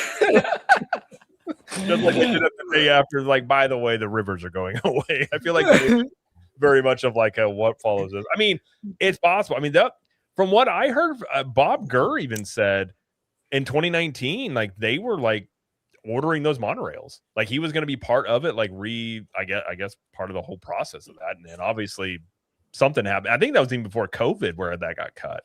And you had that Disney World, the Magic Kingdom Theater.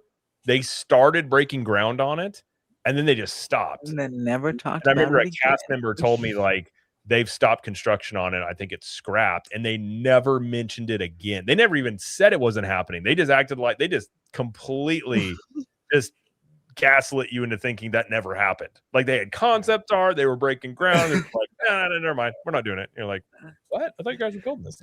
That's crazy. Just A like monorail fleet Mary would be. Poppins. It never happened. Yeah, Mary Poppins never happened either. Yeah, well, yeah, it's crazy because the monorail fleet would be kind of interesting. Do I think it's going to happen? I mean, probably not, but they're going to have to address it someday because they can't run these forever, you know? At some point, they're going to have to. Yeah. I feel like I would be very surprised if they had monorail stuff. I wouldn't be that shocked at Figment. I wouldn't be that shocked at Space Mountain. Yeah. Maybe one other refurb. I don't know what they would choose. I mean, Tiana's. If they we're bringing back Splash Mountain and see what people. Yeah. Oh my God, can you imagine? Well, let me ask you guys this. Now, I don't think this is going to happen at D23, but what if they did do something in the future, in a few years, where they're like, you know what, we're not getting rid of Tiana's, but we're going to add Dr. Facilier on the lift hill or something. Do you think so, like a reimagining like that could happen for that attraction? I wouldn't be shocked. I hope it does. I think that the one thing you don't want to happen if you're going, and I think, was it Tony Baxter that said it? Vash said it one time. Whatever, if you're replacing something, what you need to replace it with needs to just blow people away. Right. And even if you like Tiana's, and I can't give one because I've tried to ride that thing 3 times and I've never actually gotten to the drop. So I've ridden it for the whole ride before it breaks down. But like Tiana's doesn't blow away Splash Mountain. I think if you did go in here and reimagine it, put some other things in here, it would definitely help it. So I think it's possible, but I don't think that's probably what they would do so soon, since that came in maybe at the how long has that been there now? When that opened? 23? I think 23, yeah. Yeah. I wouldn't imagine you'd be doing it. How long was the Star Wars Hotel around before it got shuttered? Less Like than a a year year? before it was announced. than a year. It was open a Okay. little more than a year by the time it officially closed, but they made the announcement, I think, at 9 months. Because it was right when Iger came back. Is whenever they actually ended up saying they were scrapping it. Yeah. Now, Kiki and Luke, I want to answer your question. Are you guys doing an OG55 multiverse meet and greet sometime during D23 like you did 2 years ago? Now, here's the thing. Yeah, the last 2 Augusts, we did the meet and greets, right? At Downtown Disney. But August is really hot. So I am going to do like an OG55 meetup again, but it's not going to be in August. That way it's not so hot for everybody. But at D23 though, if you see us, because I know Wizard, you're going to be there. I'll be there. Mr. Webba will be there. Conductor. If you see us, come and say hi for sure. But yeah, we are going to I'm going to do another meetup, but it's just not going to be in August again because the meetup will be in August. Instead, it'll be next week when it'll be 100 degrees. So what do you guys think about doing a meetup in August in Florida? What do you guys think about that? Let's do it. Let's do it. Advisory. We're under our 3rd heat advisory, by the way, of it feels like it's 110 degrees. I'm just not going outside. Yeah, that is crazy. Well, and then we are under right now an extreme heat warning. There we go. Now, John Make It Rain's asking you and I, Wizard, if we're gonna cosplay for D23. I am. Oh no, I don't dress up. No, we're not doing that. We are. I have a hard time dressing up for Halloween. I only do it because my wife wants me to do it, but I don't like face paint or things on my face. I'll do it if my friends and my wife want me to, but yeah, I don't dress up. If you ever have kids, you'll do it for your kids because apparently and for the kiddos. We always do. Apparently, my son, I'm Buzz this year. He's gonna be Woody. My daughter's gonna be. I hope she's Jessie. Yes, it was Jessie. Then my wife's gonna be Bo Peep. Good. That's but apparently my costumes are decided for me. I was told I'm going to be Buzz. Handle Buzz. See, now that is a loving father. I just, I'm not big on dressing up either, but I think OG, you should wear your cardigan though. Yeah, absolutely. Come as Bob Iger. Yeah. That'd be great. If you could get Bob to sign your cardigan, you would win D23. I don't know if there's winners. Actually, I'm gonna cosplay as Mark Woodbury. That's good. I like that. Super. I like that. Now, Wizard, this is your first D23, right? Yes, thank you, Sean, ranking the mouse, for having he just goes and buys 9 tickets at a time and just hoping people will come get them. And I'm like, okay, you have an extra ticket for me? I'll go. I'll pay you the money. I'll go because I can't stand that the D23 ticketing process is a little too hectic for me. So I like the people buying my ticket and I pay them back method because they can stand in the virtual queue for me and have the app crash or whatever happens during those crazy times. I don't know those. You know, I Yeah. feel One about of those Indiana Disney Gaming people. said we went to Universal day before yesterday and the heat wasn't that bad. But you're also a Floridian. I agree. I've been in the parks that's really hot. You kind of get used to the heat. What really sets it for me is when you see people that clearly are not from Florida in the heat and they're like miserably melting. That's the thing where I'm always just like, oh yeah, that's hot. Like it does. You kind of get used to it here a little bit. Like it's still hot when you go outside, but you're just like, okay, whatever. But if you're not used to the heat down here, it can be a little bit of a quite a shock to the system. For me, when I went down to Florida like a few years ago, with Vash, and it was like the heat didn't bother me too much, but the rain was like, oh my god, it rains in the middle of the day here. That's wild because we don't really get rain like that, like just random rain showers. That's weird, I can count on about 4 o'clock. I'm like that old man now that I can smell when it's going to rain because I'll be working out in the garage and all of a sudden you can feel the temperature drop about 10 degrees. You smell it and then it's going to rain within 10 minutes. And it usually does. Like it just pours and then it goes away and it's sunny again. But every day, about 4 or 5 o'clock.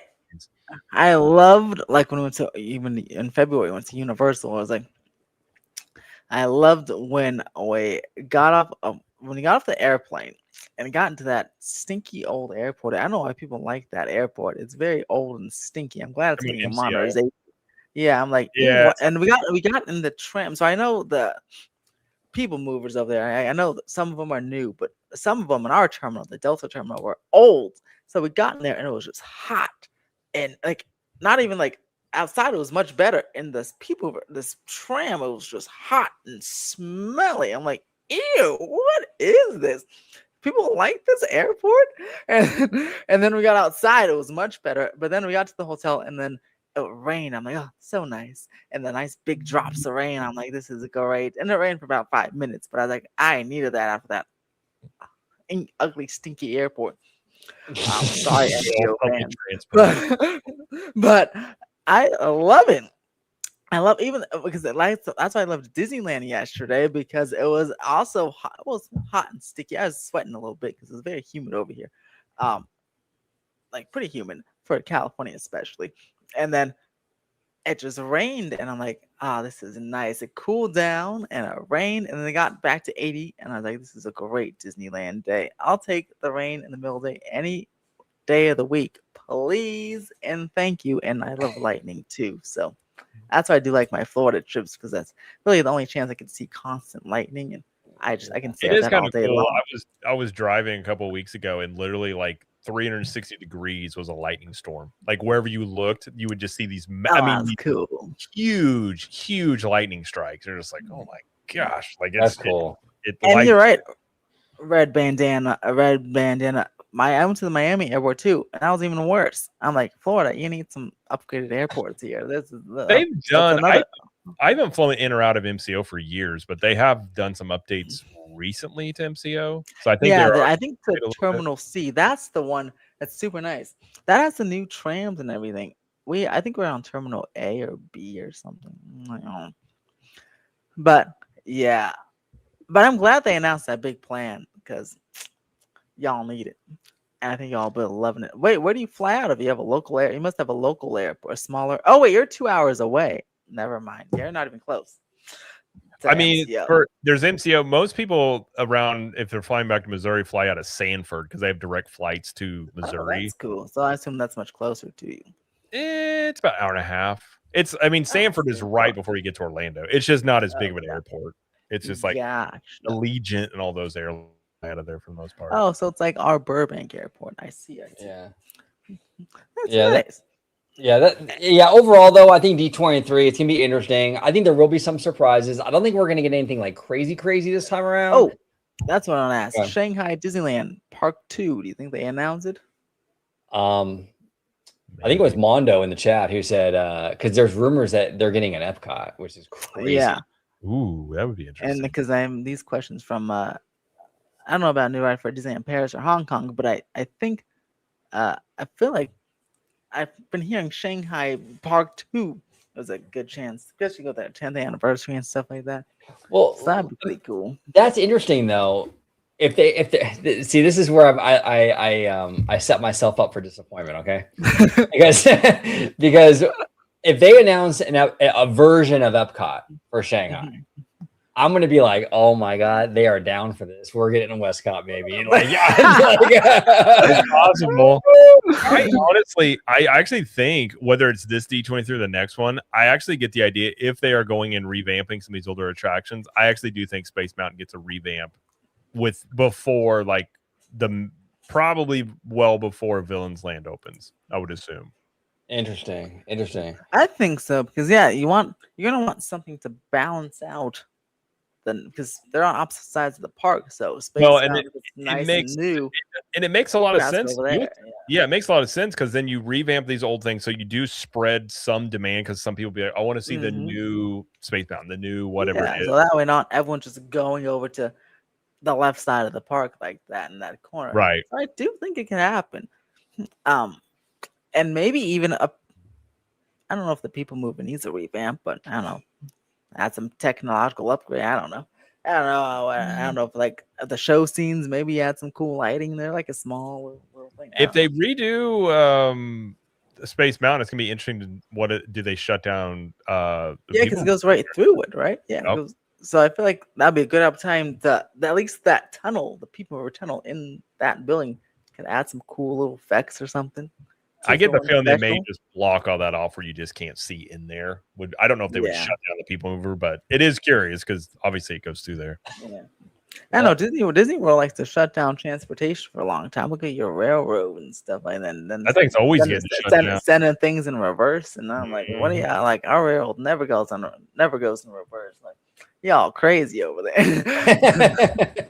The only thing that don't shut down is those monorails. It is weird seeing the train go backwards. I saw it the other day, and I'm like, it just looks weird seeing that train just go in reverse. Yeah. That is so weird. And now, Ace Ventura says that's not true. Is that true? What was that? Did you hear that Disney is opening?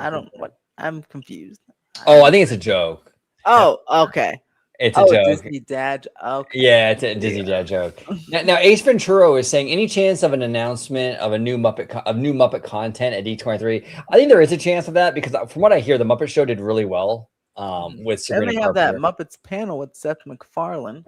Right. Oh man, he does a family. I could see them voice during that. I could see them doing some Muppets announcements. I think they're always going to try to make the Muppets work. Yeah. I mean, they've tried. They have really, really tried, and it just never lands. But hey, I mean, if they try it again, it just never has landed. Wouldn't it be funny if it lands after they get rid of the Muppets Courtyard? Like that's when the reemergence. That's after they got rid of all that. That would be kind of interesting. That'd be crazy. Now, John Make It Rain posed an interesting question, and I think this can actually go for all three of us. Would you guys ever consider adding a phone line to take phone calls? Now, Jared, that would be interesting on theme parking, wouldn't it? Can you imagine that, bro? Wait, that'd be kind of cool. But how would we do that? That's almost like AM talk radio stuff. I mean, I would be against it if there's like somebody that can like vet some calls or something, but I don't know if I want to be the one listening to the pitches before like what's your take gonna be, and then get on there and they're just like the one that thing would be pretty cool. The one thing I will say about live streams is you are very like it's very interesting who you bring on because you are opening yourself up to somebody coming in and like let's say they go in there and just say something crazy. Yeah. Your channel can get hit off of some like wild stuff somebody else says. So, I'm not saying I wouldn't be for it, but there does some, it does bring a little bit of extra. You gotta vet some stuff before you do that. Love line. Let's go. Let's do it. I used to fall asleep to Love Line when I was younger. Wait, so how do you do that? Like you just have programs. There's programs where you can do it. Like my soundboard here, technically I wouldn't do this, but you could have people call your cell phone and you could bring them in via phone to do it. But there are programs that allow you to do stuff like that. I've never really looked into it, but because guys, Jared's number is Josh Denim Nerds. He did that for a little while, calling stuff, and I don't know. He must have screened the call somehow. I would assume. I mean, with AI, you probably have some automatic stuff you could do it with, but yeah. That would be wild. Speaking of AI, my apartment complex is recently transitioned to this AI assistant for maintenance requests and everything else, and it's incredibly annoying. I'm like, wow, they took something we can just press 2 buttons online, and now I have to call an AI assistant for our maintenance request. Does the robot show up and like, I'm here to fix your leaky pipe? That's freaking next. Oh my god! And thank you, Pink Lady, for the $2. Hello, TPW, and guess.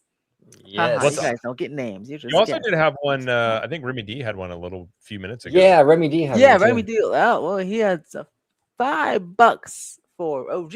Every time he's talked about Hagrid, I was wrong. Looks like wait times have been 45 minutes consistently since Express was removed. Interesting. Okay. Which it happened pretty low. And I was like, wow, I'm kind of shocked by that. I can tell you exactly why they took it off Express Passes. We went. It was like 2 days before it was going to expire. Express Pass. Everyone and their mom had Express Pass for that thing. Like you could tell with all the locals with the Premier Passes because it was that. I've never seen that line that long for the Express Pass. And I think the standby was like at 150 minutes on like a random Thursday. It wasn't even like a weekend. And so yeah, I have seen. I mean, I think that was the reason that thing was ballooning up like it was. That's crazy. Well, speaking of polls, John wants a poll. We can do a poll. Hold on. I don't need a phone to do that. Start a poll. What's the poll? I think he's saying take polls and get fan feedback. Yeah. Yeah. Well, let's do a poll anyway. What poll should we do? Well, you want to do? Do you guys want to do? We'll do the most anticipated D23 announcement. Okay, ready? There we go. Potential announcement. Ooh, most anticipated. So Remy's asking, why does OG's chat show up in here? So basically, when on our end, because you're live streaming your channel too, OG, right? Yeah. So on these multi-streams, we see every chat, but so we can't tell whose chat it comes from when we're seeing it. So yeah, that's why there is some confusion with that sometimes. It goes into one. Yeah, on our end. Avatar, Avengers, no, Cars Land. Yeah, a call-in show would be very interesting, though. That would be pretty cool. It might be like a one and done thing, depending on how that goes. I mean, I'm not against it. It would take a little bit of. I bet you Vash would know how to do that. Yes. Oh, yeah. He would. And I agree with you. I think if we can somehow screen it so you don't get any like crazy on there, because that could hurt the channels. Imagine someone calling in saying, I'm gonna blow you up. Right. Yeah, I think we're good. We're gonna hang up, man. Or it could be a pre-recorded segment that then is played or something. Or you could put like I think Rudio said like you put like a 7-second delay, so if you did get a crazy thing, you could just real quickly do something. Well, even at that point, I don't know what you would do because the stream would be up still, unless you just ended the stream before it actually went live or something. Yeah, and we'll have to really. I'm kind of curious. I like this idea. We have to investigate. Yeah. Ace Ventura says you don't want someone coming in screaming release the files. Yeah, there's just listen, the internet will always internet, so like the people will be totally fine. All it takes is one to just go crazy, and then you're like, oh, my channel got demonetized. Members only segment. That's good. That's Do a members only call in. Yeah, members only chat that you call in. Now that's a possibility. That would be kind of cool. That's not a bad idea. Yeah. John says nobody would do that. None of you guys would do that. Oh yeah, you would. I've had some. There's a reason I put my things on. I don't know if you guys do it. I put mine on subscribers only can comment because when I forget to do it, especially because I do it the vertically and horizontally, so it goes on the YouTube Shorts feed, and there's some crazy random people on there asking me some not even like crazy things, just annoying. They're like trolls, like. What about this? What about this? And they ask me about totally crazy things like if I played this game or where do I live? I'm like, I must not put the subscriber setting on, and that weeds out all the people. So yeah, there's some interesting people who will be out there. Remy D says the Bob Iger files. Yes. Release the Bob Iger files. How many showers did he take? Yes. Well, he was in the files, not doing anything crazy, but he was in there. That's a good point. He was in there. Oh man. See, we need some mods like Kiki and Luca over here. Yes. Welcome Luca's to the internet. Yeah, that's right. Welcome to the internet. I think we had a question. Oh, was it something about? Oh, yeah, that's right. They're waiting for the hotel. They're waiting on the city or the county of LA to do something. Oh, okay. So we'll be here for a while, but that's good. Yeah, we'll be here. 7 years from now. Yeah, we'll see which one, the new Tomorrowland entrance or the hotel. Rudio is so funny. Oh man. Conspiracies. You're just like, how did we get here? How did we get here? Yeah, exactly. Yeah. Oh my god. We'll get a bunch of Mitch McConnell questions, you know. Oh gosh, yes. What actually happened? Lindsey Graham will enter. Yeah, what happened to Lindsey Graham? You're like, I don't know, but it's not the place for it. I was like, listen, the last time I saw him, he was at Disney World with a bubble wand. That's all I know. That's all we know. Is that real or is that AI? It was real. So the thing is, the bubble wand, yeah, that was real. Mind you, I'm no Lindsey Graham fan, but apparently the story behind that is, how did it go? His sister, their parents died, so he adopted his sister so that she wouldn't have to go into foster care. And so he took his nieces to Disney World because that was like his sister's kids or whatever like that. So he actually was taking kids there. He was just like waiting. So, okay. So I don't think he was by himself just holding a bubble. Although he might have, because you know, it's still funny because in that picture there were no nieces around. Right. It's hilarious. The speculation on Lindsey Graham's lifestyle comes into question, I suppose. But yeah, that's nothing for this channel or nor what we typically I know. See, look, this is what happens when we don't even have Colin yet. Right? We did that ourselves. I know. Jesus. But anyway. Oh wow, it's almost midnight by Jared. Oh, see, look at that. Not even a Colin, and now we're on Lindsey Graham. That is a member nonetheless. So you guys want to talk about abortion or what? Okay, guys, let's talk about Paramount leaving California. No, that's a 3-hour conversation. That might be talked about on theme parking. You guys might talk about that, huh? That might be Paramount, the suing the states. I actually don't think that stops anything, but it's just another. I don't know how much the state suing about that will do anything about that, because I think the goal would be like to delay enough so they can initiate the ticking fee. At least that's what I hope. Well, Zaslav sold off more shares. I don't think he thinks it's not going through, so he's already made money off of it. So I don't get the rich white guy. Yeah, I don't know. Yeah. And yes, R.I.P. Sam Neill. I love you. I know you're in a lot of things, but I love you for Bush Jurassic Park. I'll always never forget his awesome face when he saw the dinosaur for the first time, the fake dinosaur for the first time. Those were real. Man. That's real. Poor guy. You know, it's crazy. Like, there's probably another. They did tweet. They did tweet a little dedication to him. So. Good job, Universal Pictures. Very good, very good. There's probably a planet somewhere in the universe that still has dinosaurs, though, right? It gotta be. I mean, look, there's so many. I think there's planets that have a lot of things that we just can't get to yet, or whatever the case is. Do you guys believe the CERN theory that's out there? What's that? So CERN recently shut down their operations for 4 years. So apparently they're real. Mm-hmm. So the theory is that CERN. And like they stopped it, and everyone's saying time feels different now. And the whole thinking is that during CERN, they were popping us into alternate timelines, which is why we had the Mandela effect to prevent something. And then there's like 4-year pause on this for. I'm done. This is the whole conspiracy thing here. Oh gosh, I feel like I'm in that recent video you guys did about aliens. Yeah, getting society prepared for like the coming transition or something like. There's a lot of weird theories, but CERN is a weird thing, by the way. If you look into CERN, that's a very weird thing that they do over there. Like all the different rituals they've done over there. It's interesting. That is wild. I heard a crazy theory about something similar like that, where the JFK assassination was like the powers that be knew, like I guess JFK wanted to expose extraterrestrial life to the public, and I guess in some other timeline it was like causing major chaos. So they had to like do the thing. I don't want to say it on YouTube. Do the thing to prevent him from doing that. Because like in some other timeline, it caused like Earth to like unravel or something. Dude, there's some weird stuff in the CIA files. Now, I will tell you what I think, not to get on this rabbit hole, but I think what happened with JFK, it's really simple when you look at the timeline.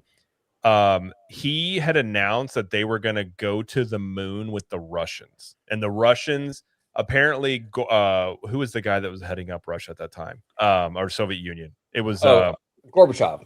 No, it was before him. It was in the who was that? Shoot, I can't remember his name. Anyways, his son confirmed that Kennedy kept asking them to go to the moon together, but the Soviets were ahead of us. Then when we came ahead of them and we figured out how to get to the moon, Khrushchev, thank you. There we go. So Khrushchev's son apparently said that he was going to accept Kennedy's proposal because Kennedy still asked him after we were going to beat them. So then Kennedy sent a memo that said, set up a desk in NASA for the Russians. We're going to be sharing intel with them. And that was the thing where they're like, we can't have this. Because the other part of that is, I think there's actually stuff on the moon that they haven't disclosed before. And so their thinking is, oh, we're going to go to the moon with this country that was pointing nukes at us, and we're going to share what we find on the moon. They were never going to do that. And I think at that point, and there's a weird memo that went out talking about what was his Secret Service handle? It was I can't remember now. Whatever his nickname is in the Secret Service, there was a memo that used that and basically said, like, we need your responses to this. And 10 days later, it happened. Oh my gosh, that's crazy. Oh, That's crazy. wow. That's kind of trippy. I do agree with you, though. I do believe that there's more on the moon than we've been told. There's also more things on Uranus that we've been told. I mean, there's dinosaurs on Uranus. They could have they could have gone to Uranus. Yeah. Put them all on a ship, send them over there. Possible. You know. And there's also universal Uranus too. Well, you know, if there's planets with amusement parks, the moon would have them.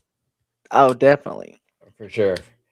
Well, it's crazy to think about that stuff, right? Like with other planets, other civilizations, like what does their societies look like? Do they have things like that where they have fun and they go on? Like, I don't know. It blows my mind. Yes, Ace Ventura, he knows his stuff. Lancer, that's it. That was JFK's Secret Service nickname, and there was a memo that said Lancer is essentially like he's doing stuff that like we can't have this sort of thing, and that's why they did it.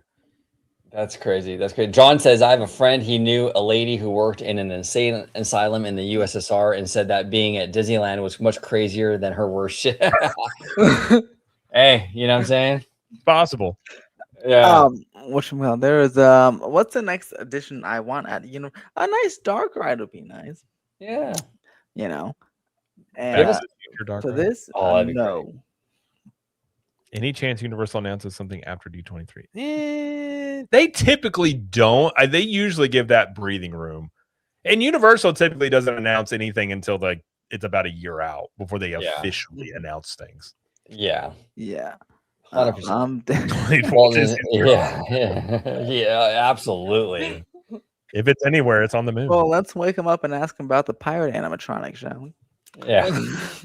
Yeah, exactly. Oh my I still love the idea of a rogue AI Walt becoming sentient. He just goes rampaging through the parks, like, what is this crap? And just going crazy. And they're like, oh no. He goes, where are the cigarettes? Yeah, exactly. That AI robot smoking some Lucky Brands, undoubtedly. Oh man, can you imagine just like an animatronic Walt? Like he's in the water of the pirate ride, and he's like behind you, like I'm gonna get you guys. Why do you Disney people keep complaining? I'm gonna get you. I would feel much better about Imagineering if anytime they show behind the scenes, you just got a bunch of people just smoking heaters, just looking at stuff and be like, we got to figure this out. And you're like, I would trust that. I'd be like, they're gonna figure this out. I know they are because I've seen this before. That's how we got to the moon. Was dudes smoking heaters, and they're like, how do we figure this out? Oh, absolutely. A level of concern Universal has over the coaster delay. I don't know.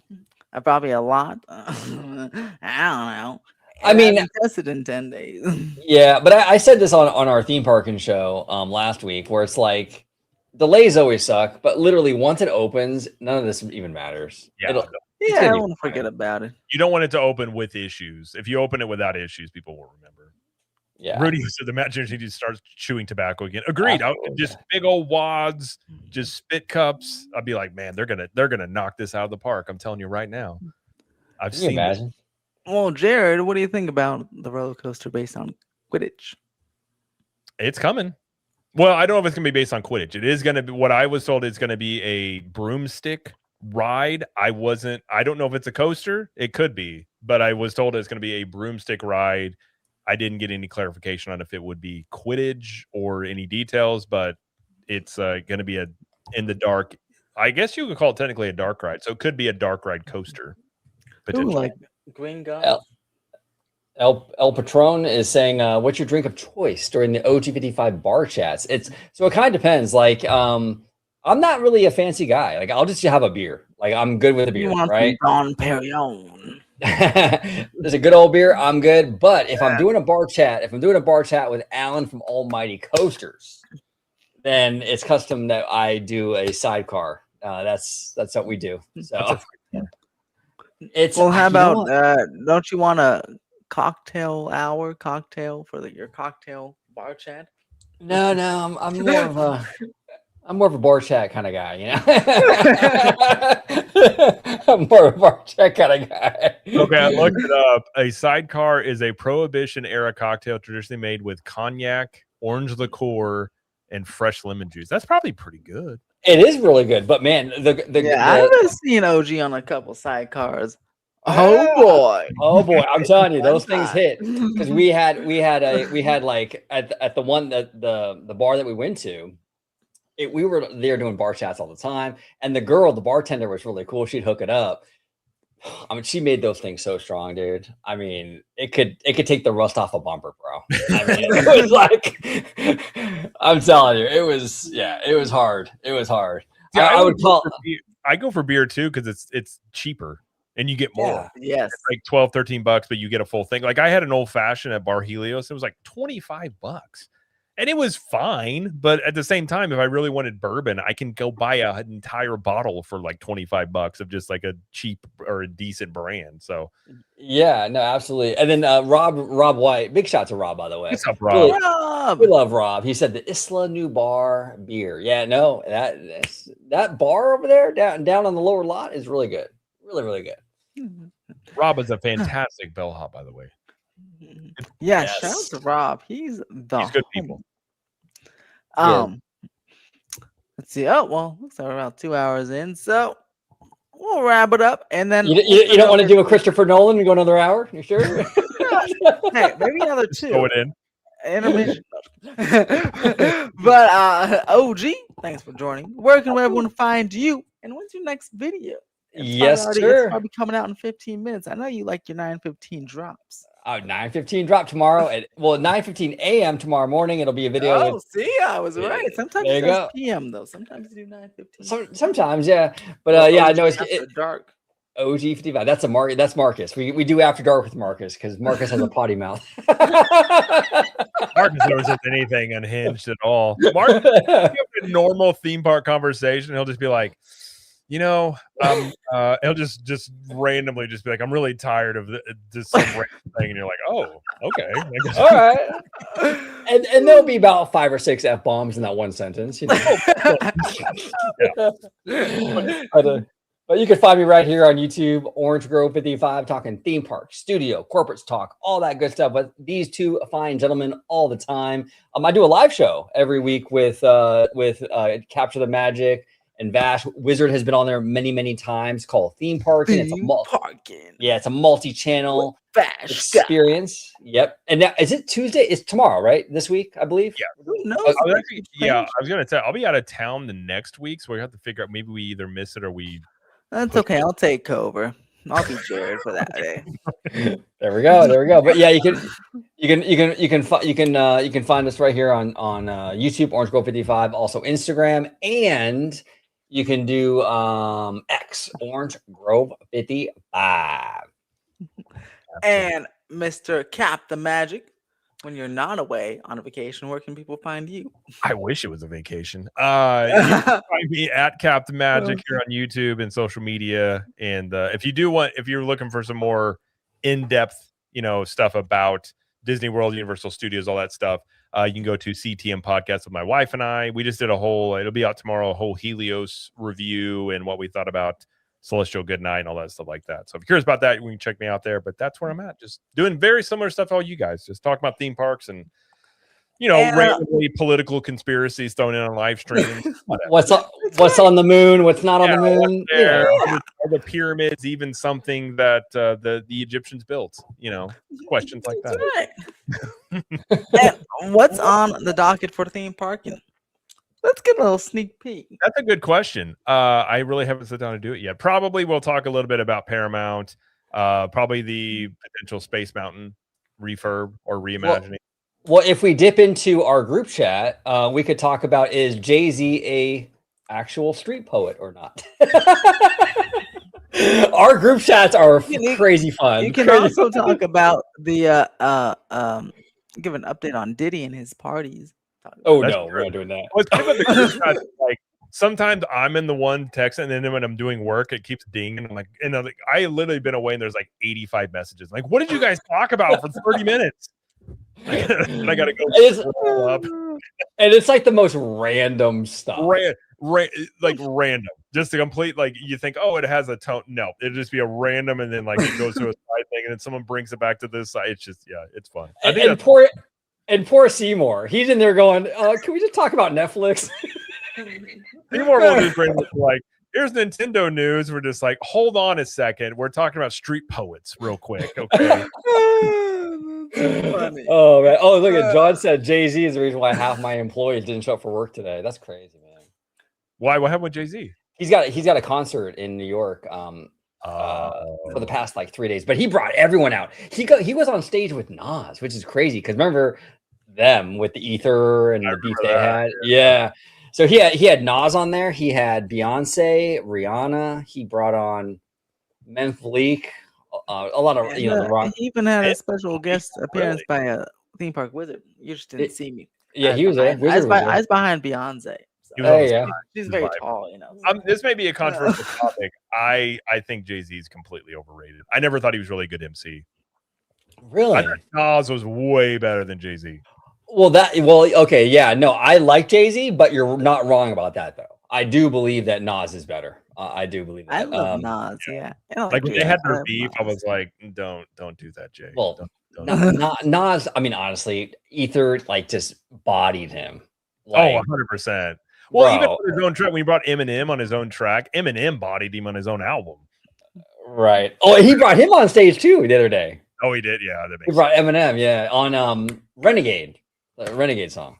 Yeah, JJ's about to unsubscribe. It's just personal opinion. Obviously he's just a rapper. I never heard Jay-Z's flow back when I used to be really into hip hop. I never thought he had like a really good flow. I think he had some good songs that were produced, but I never felt he had like the flow of Nas or I'm trying to think some of the other what's his face, Mac 10. Some of those guys, I feel like they were usually from the New York area. He was not the best one out of there. But Jay-Z, Nas. Who else was out there? Fat Joe, Big Pun. Yeah, Big Pun. I forgot about Big Pun. Big Pun was out there. I mean, you had a lot of guys in the New York scene. Biggie came out of the New York scene. Fabulous. F.A. I love Fabulous. Fabulous, who rented his cars and tried to act like he was rich. I remember, Oh my god. Fabulous. Well, okay, let me ask you this, Jared, because Wizard and I we're West Coast guys, obviously, but like you're in Florida, so like you can kind of pick and choose because you're not New York or California, right? Like hip hop, are you New York or are you more California, like the style of music? I mean, today I haven't listened to rap in so long. Nowadays, like historically, I probably like the West Coast stuff more because it was more like West Coast. Like the East Coast was like dark and gritty, in which is fine in certain modes, but it's like I'm more of an optimistic person, so I kind of like more of the like sunshine, like more fun being had type of stuff. But Yeah, I mean, I still like some of the East Coast stuff, but it's I kind of got to be in the mood for it though.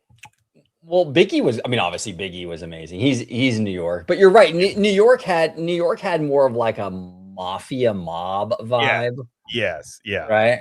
And then West Coast was more like street gangsters, like right. Yes. You know, they were kind of the same. It was like the double side, each side of the coin is what they had there with that. Although, well, I won't make us go any further. I was going to say we can get to the CIA. Did they infiltrate hip hop or not? That's a good conversation we had. No, we'll do a video on that one, and we'll bring Jay Shear on that too, because that's going to be a wild show. That's a wild. That one's wild because I think it's Uncle Luke that talked about that meeting. Like, there's some guys that have openly said that it happened, and then after that, it all changed.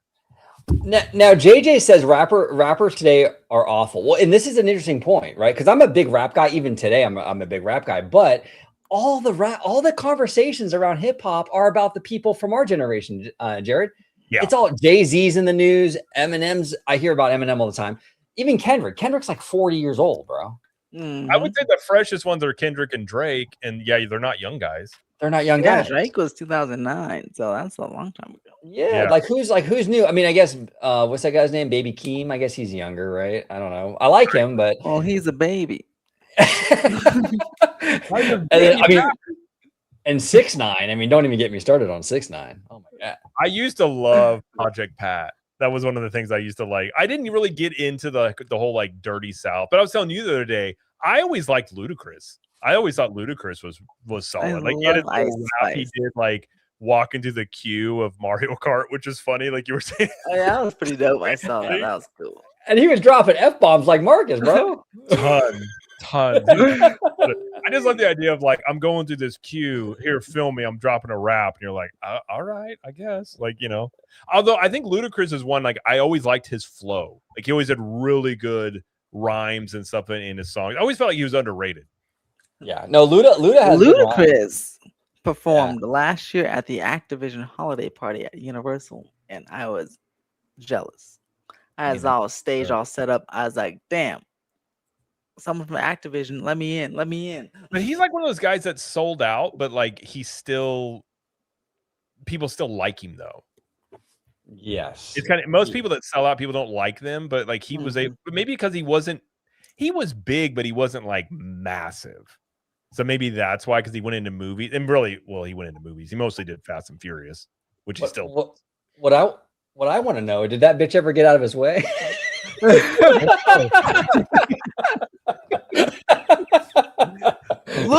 bitch, get out my way. Still, it's been 20 years. Yeah. I don't know. Dennis says, the dude from State Farm commercials in Fast and Furious. Kind of. Yeah, that's true. That is true. Oh my gosh. Like, his voice has a really cool like sound to it. It's like he's like one of those guys you're like, you could have done radio if you didn't do rap. Like, he'd have been a great like DJ or something. Now one rapper that I've learned to not like is Snoop Dogg. He is very much he's a little bit of a snake. Yeah. I never liked him a ton. I liked him the most when he was with like Pac. I didn't really like him much on his own, and I've always kind of felt that way. Well, and then I liked him on like America's Most Wanted, right? 2 of America's Most Wanted. But then after I heard like he did Pac dirty, man. Like, and then and then even now, if you hear him interviewed, he like kind of low key. He does like the whole like he's not like talking crap, but he's like doing it in like a sneaky, like scumbaggy kind of way. Yeah. Yeah. Like, I just don't like it. I don't know. It feels off to me. You want to know the best power move I heard was, remember the Super Bowl halftime show where they had like Dre, Snoop, Eminem, and all those guys at that? Oh, yeah. It was LA. So apparently, because Jay-Z put on that show, he does not like 50 Cent. So Eminem said 50 was coming. Jay-Z said no. And basically Eminem said, no, he's coming. And so 50 was like they were asking 50 about it, and he was like, M did it, what M did. And he's like, I just showed up. And they were like, basically like, what are you going to say no to Eminem? And then basically like Eminem pulled his weight around, and Jay-Z had to accept it because he did not want 50 there. Wow. Now Rudio said the fact that he's using Tupac's likeness for an upcoming Yakuza Xbox game is shady. Well, and then didn't Snoop Dogg like use Pac for like his like he has like a liquor he did. He also had a was it a wine thing he did too? I think. Yeah, Like he that. likes to make money off of Pac, and then you hear him interviewed, and he like low key throws shade. I'm like, nah, I don't like it. It rubs me the wrong way.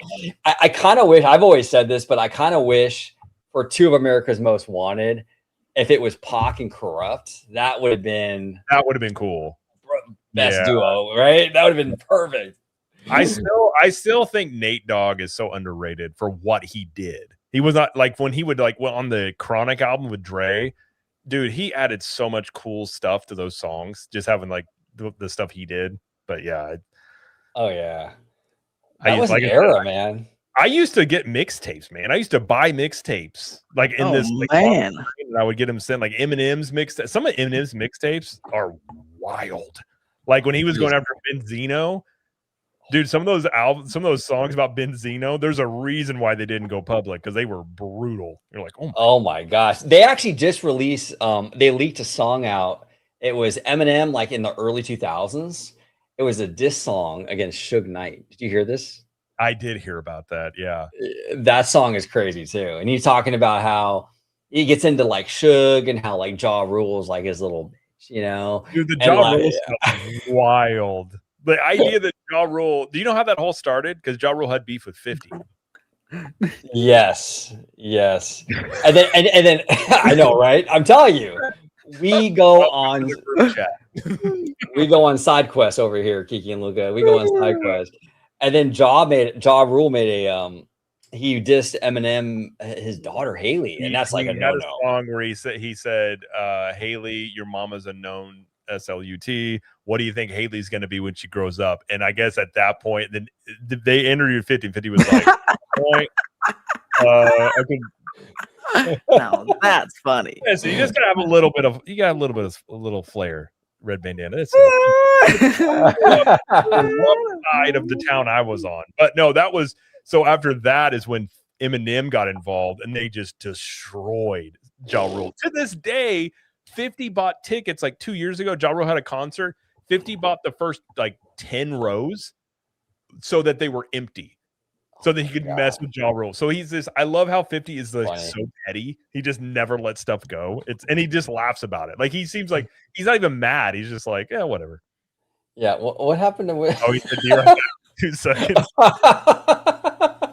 I think we are wrapping up slowly, but no, the whole like the most interesting era of rap. This is why they still talk about it. It was the most interesting era of rap. Was like the 90s and the early 2000s. Oh, it absolutely was. It was fantastic. I loved it, man. Now, you ever get into Wu-Tang? Yeah, a little bit. I liked ODB. ODB had some. I used to like. What was that one song? They used to play it all the time at clubs. Get Your Money. Baby. Oh, okay. Yeah, that one. Yeah, I like Wu-Tang. I wasn't huge on him, but I did like them. Some of their songs. Yeah, I like Triumph. Triumph's good. Triumph's good. I used to really get into what was it like? For a phase there, like Mike Jones and all that, like down south stuff. I just thought it was funny, like Little John, like that stuff was just so like. I love Little John. Just play before like basketball games, and you just listen to Little John and Mike Jones. Jones. By the way, that was his actual phone number that he answered. I think to this day he still has that number. That is crazy. That number of that song was real, and people would call him, and he would answer, Mike Jones. We're like, oh, it's real. Oh my gosh! Do you remember? Speaking of the South, do you remember Master P? No Limit Records. Oh yeah, Master P. Oh, I know his. I know his daughters. Really? They went to school with me. They're pretty. Really? Cool. Yeah. That's awesome. I know he had an elevator in his house on Cribs, and I was like, that's pretty cool. That is cool. Oh, remember Exhibit, Mr. X to the Z? Exhibit, Pimp My Ride. You know, an underrated guy is Busta Rhymes. Oh, I love Busta Rhymes. He can rap so fast. I don't know how he does that. It's crazy. That dude and Twista was one that could rap real fast. Twista, yeah. But I'm like, what? That's the thing. Like, look at all these great rappers from that era. Like, I can't really, and maybe because we're older, I don't know, but I don't know of any like rappers today. Like, we don't have a lot that are really most like. Rappers, agreed. Most rappers today, they're all the same style. Back in the 90s and 2000s, like think about it. You had Twista, you had West Coast, you had Down South, you had even what's his Royce the 5'9" up in Detroit, Eminem up in Detroit. Like you had guys from like Nelly in Missouri. That was huge when Nelly came out. Like you had so many different like versions of the song, of the music, and now it all just, and not even just rap. Everything just seems very like meh. It's all kind of the same thing with a little bit of different flair for the most part. Yeah, 100%. Remember Chingy? I remember Chingy. I love Chingy. The Hollywood Inn. He was a Holiday Inn. Sorry. Holiday yeah, I Inn. think he was a Nelly protege, if I remember right. Yeah, I think. Yeah. Oh, Nelly, we gotta love Lil Wayne. Oh, Little Wayne solid. Little Wayne solid. Tech Nine. Yeah, Red Banana said Tech Nine did a song with 5 Finger Death Punch. Tech Nine was from Kansas City. So I did know, I met him one time. Really short dude, but he did a show, and my friend took me backstage and met him. But yeah, he was pretty. He had some good songs. And Steve is saying right there, Chingy. Right there. Yep. Crisscross. The St. That's Lunatics, going way back. Yeah, that's going way back. The St. Lunatics had some okay stuff. They were okay. Nelly Nelly came in like he came in real hot, and then he just faded after like 2 or 3 albums. Yeah, he kind of he fell off.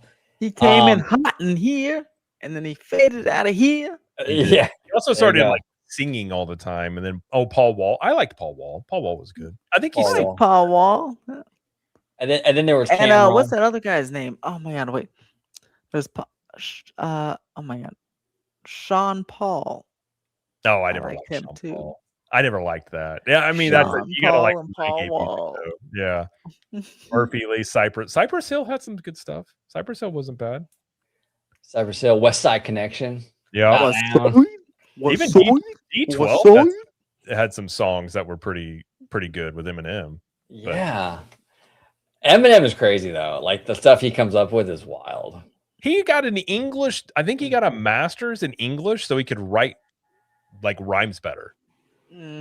Like that is some dedication to like, I'm going to go to school to learn how to rap better. And like, that's crazy.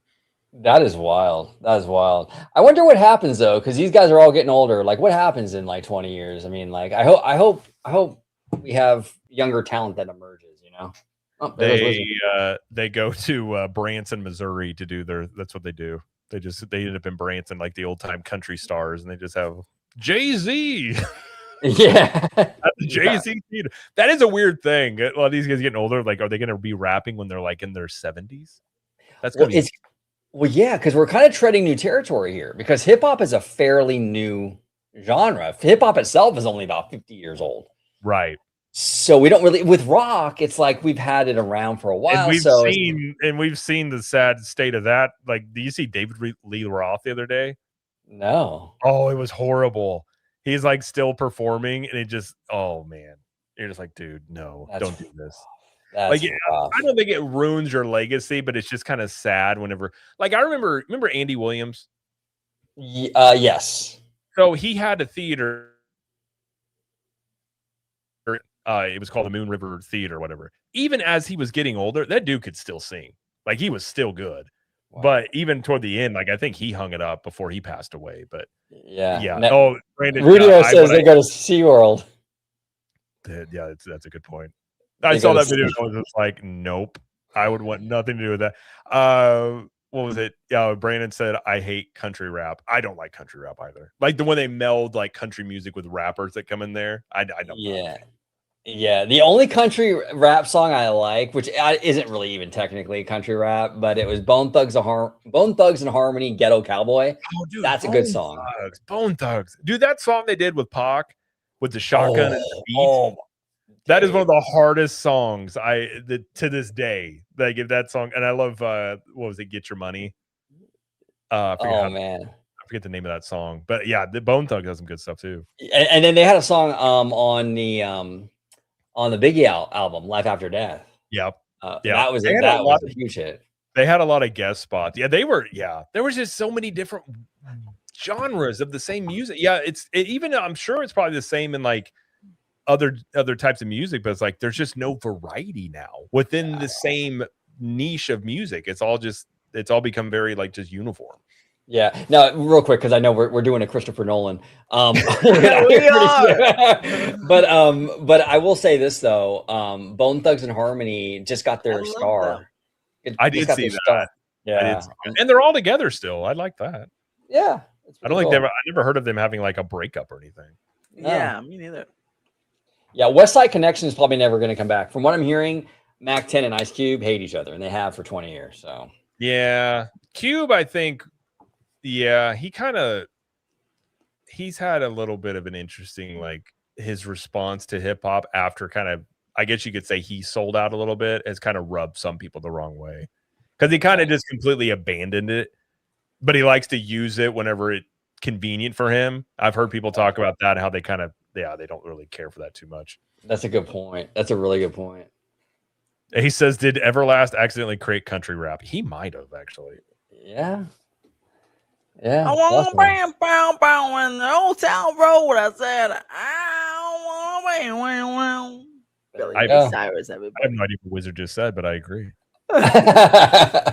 I love it. I love it. I said, I'm rolling in the back. Down. Oh, that, yeah, that, I can't. I can't. Yeah, but No. Oh, man. Well, stay tuned for tomorrow's part 2 of the rap show. And we'll be doing, instead of a bar chat, we'll be doing a rap chat live in concert from Jay-Z's next mark concert. my words. We will get Vash's opinion on his favorite rappers. Oh, we got it. Oh, we have to. We have to. I We have a to. feeling Dre is like low key, like he's got this like plethora of hip hop taste. He's just like, well, and he just names it all. I'm just like, And he's gonna pull up B-roll too. Watch. Yeah. He'll You talk show about all it, the he'll have the concerts. concert footage. You're like, how did you pull that? To this day, we'll get out of here. He To goes, this I day, knew this was coming. the one that amazed me the most, I was on a live stream with him, and we were having a conversation about something. I was like, yeah, it's like, you know, a couple of years ago when Universal had the bus fire that happened, blah, blah, blah. 5 seconds later, this maniac has the B-roll of it. And I'm like, how did you do that? And he was like, well, I had it. And I'm like, bro, that is insanely impressive. It wasn't like 2 minutes later. It was literally as I was talking about it. I'm like, that's impressive, Vash. That is. Yeah, because that was like a few years ago. That was insane. Yeah. Is And the yes, NFL we'll be going doing to a have freestyle a competition. I cannot rap. My brother can a little bit. I can't. So I won't be rapping. I'll just judge the rapping. There we go. Oh, good. And OG and I will be rapping. There You we guys, go. I'll leave the rapping to you guys. And Rudio, I know I can drop a few good bars. Yeah, Let's go. Yeah, Let's Barry go. Manilow on stage right now and so is Frankie Valentine. Have you guys seen him? No. Oh, he looks like a reanimated corpse. It's bad. Oh no. It's bad. No. Oh, God. Now, if we do a freestyle, we'll call those bar chats too. No, just kidding. That's funny. I Now, can't even rap a can present. do- Me neither. Me and my brother mess with this. I can pretty well. I can make pretty decent beats because we had like a machine. My brother and we would mess with it, but I can't rap. But I can tell you what a good beat is. I can be like, oh, that would work. There we go. I'll make beats for you guys, and you guys can freestyle on the beats. I love it. All right. See you all tomorrow on the biggest theme parking show ever, featuring Vash and Vixen Sky and the Wizard. Peace out.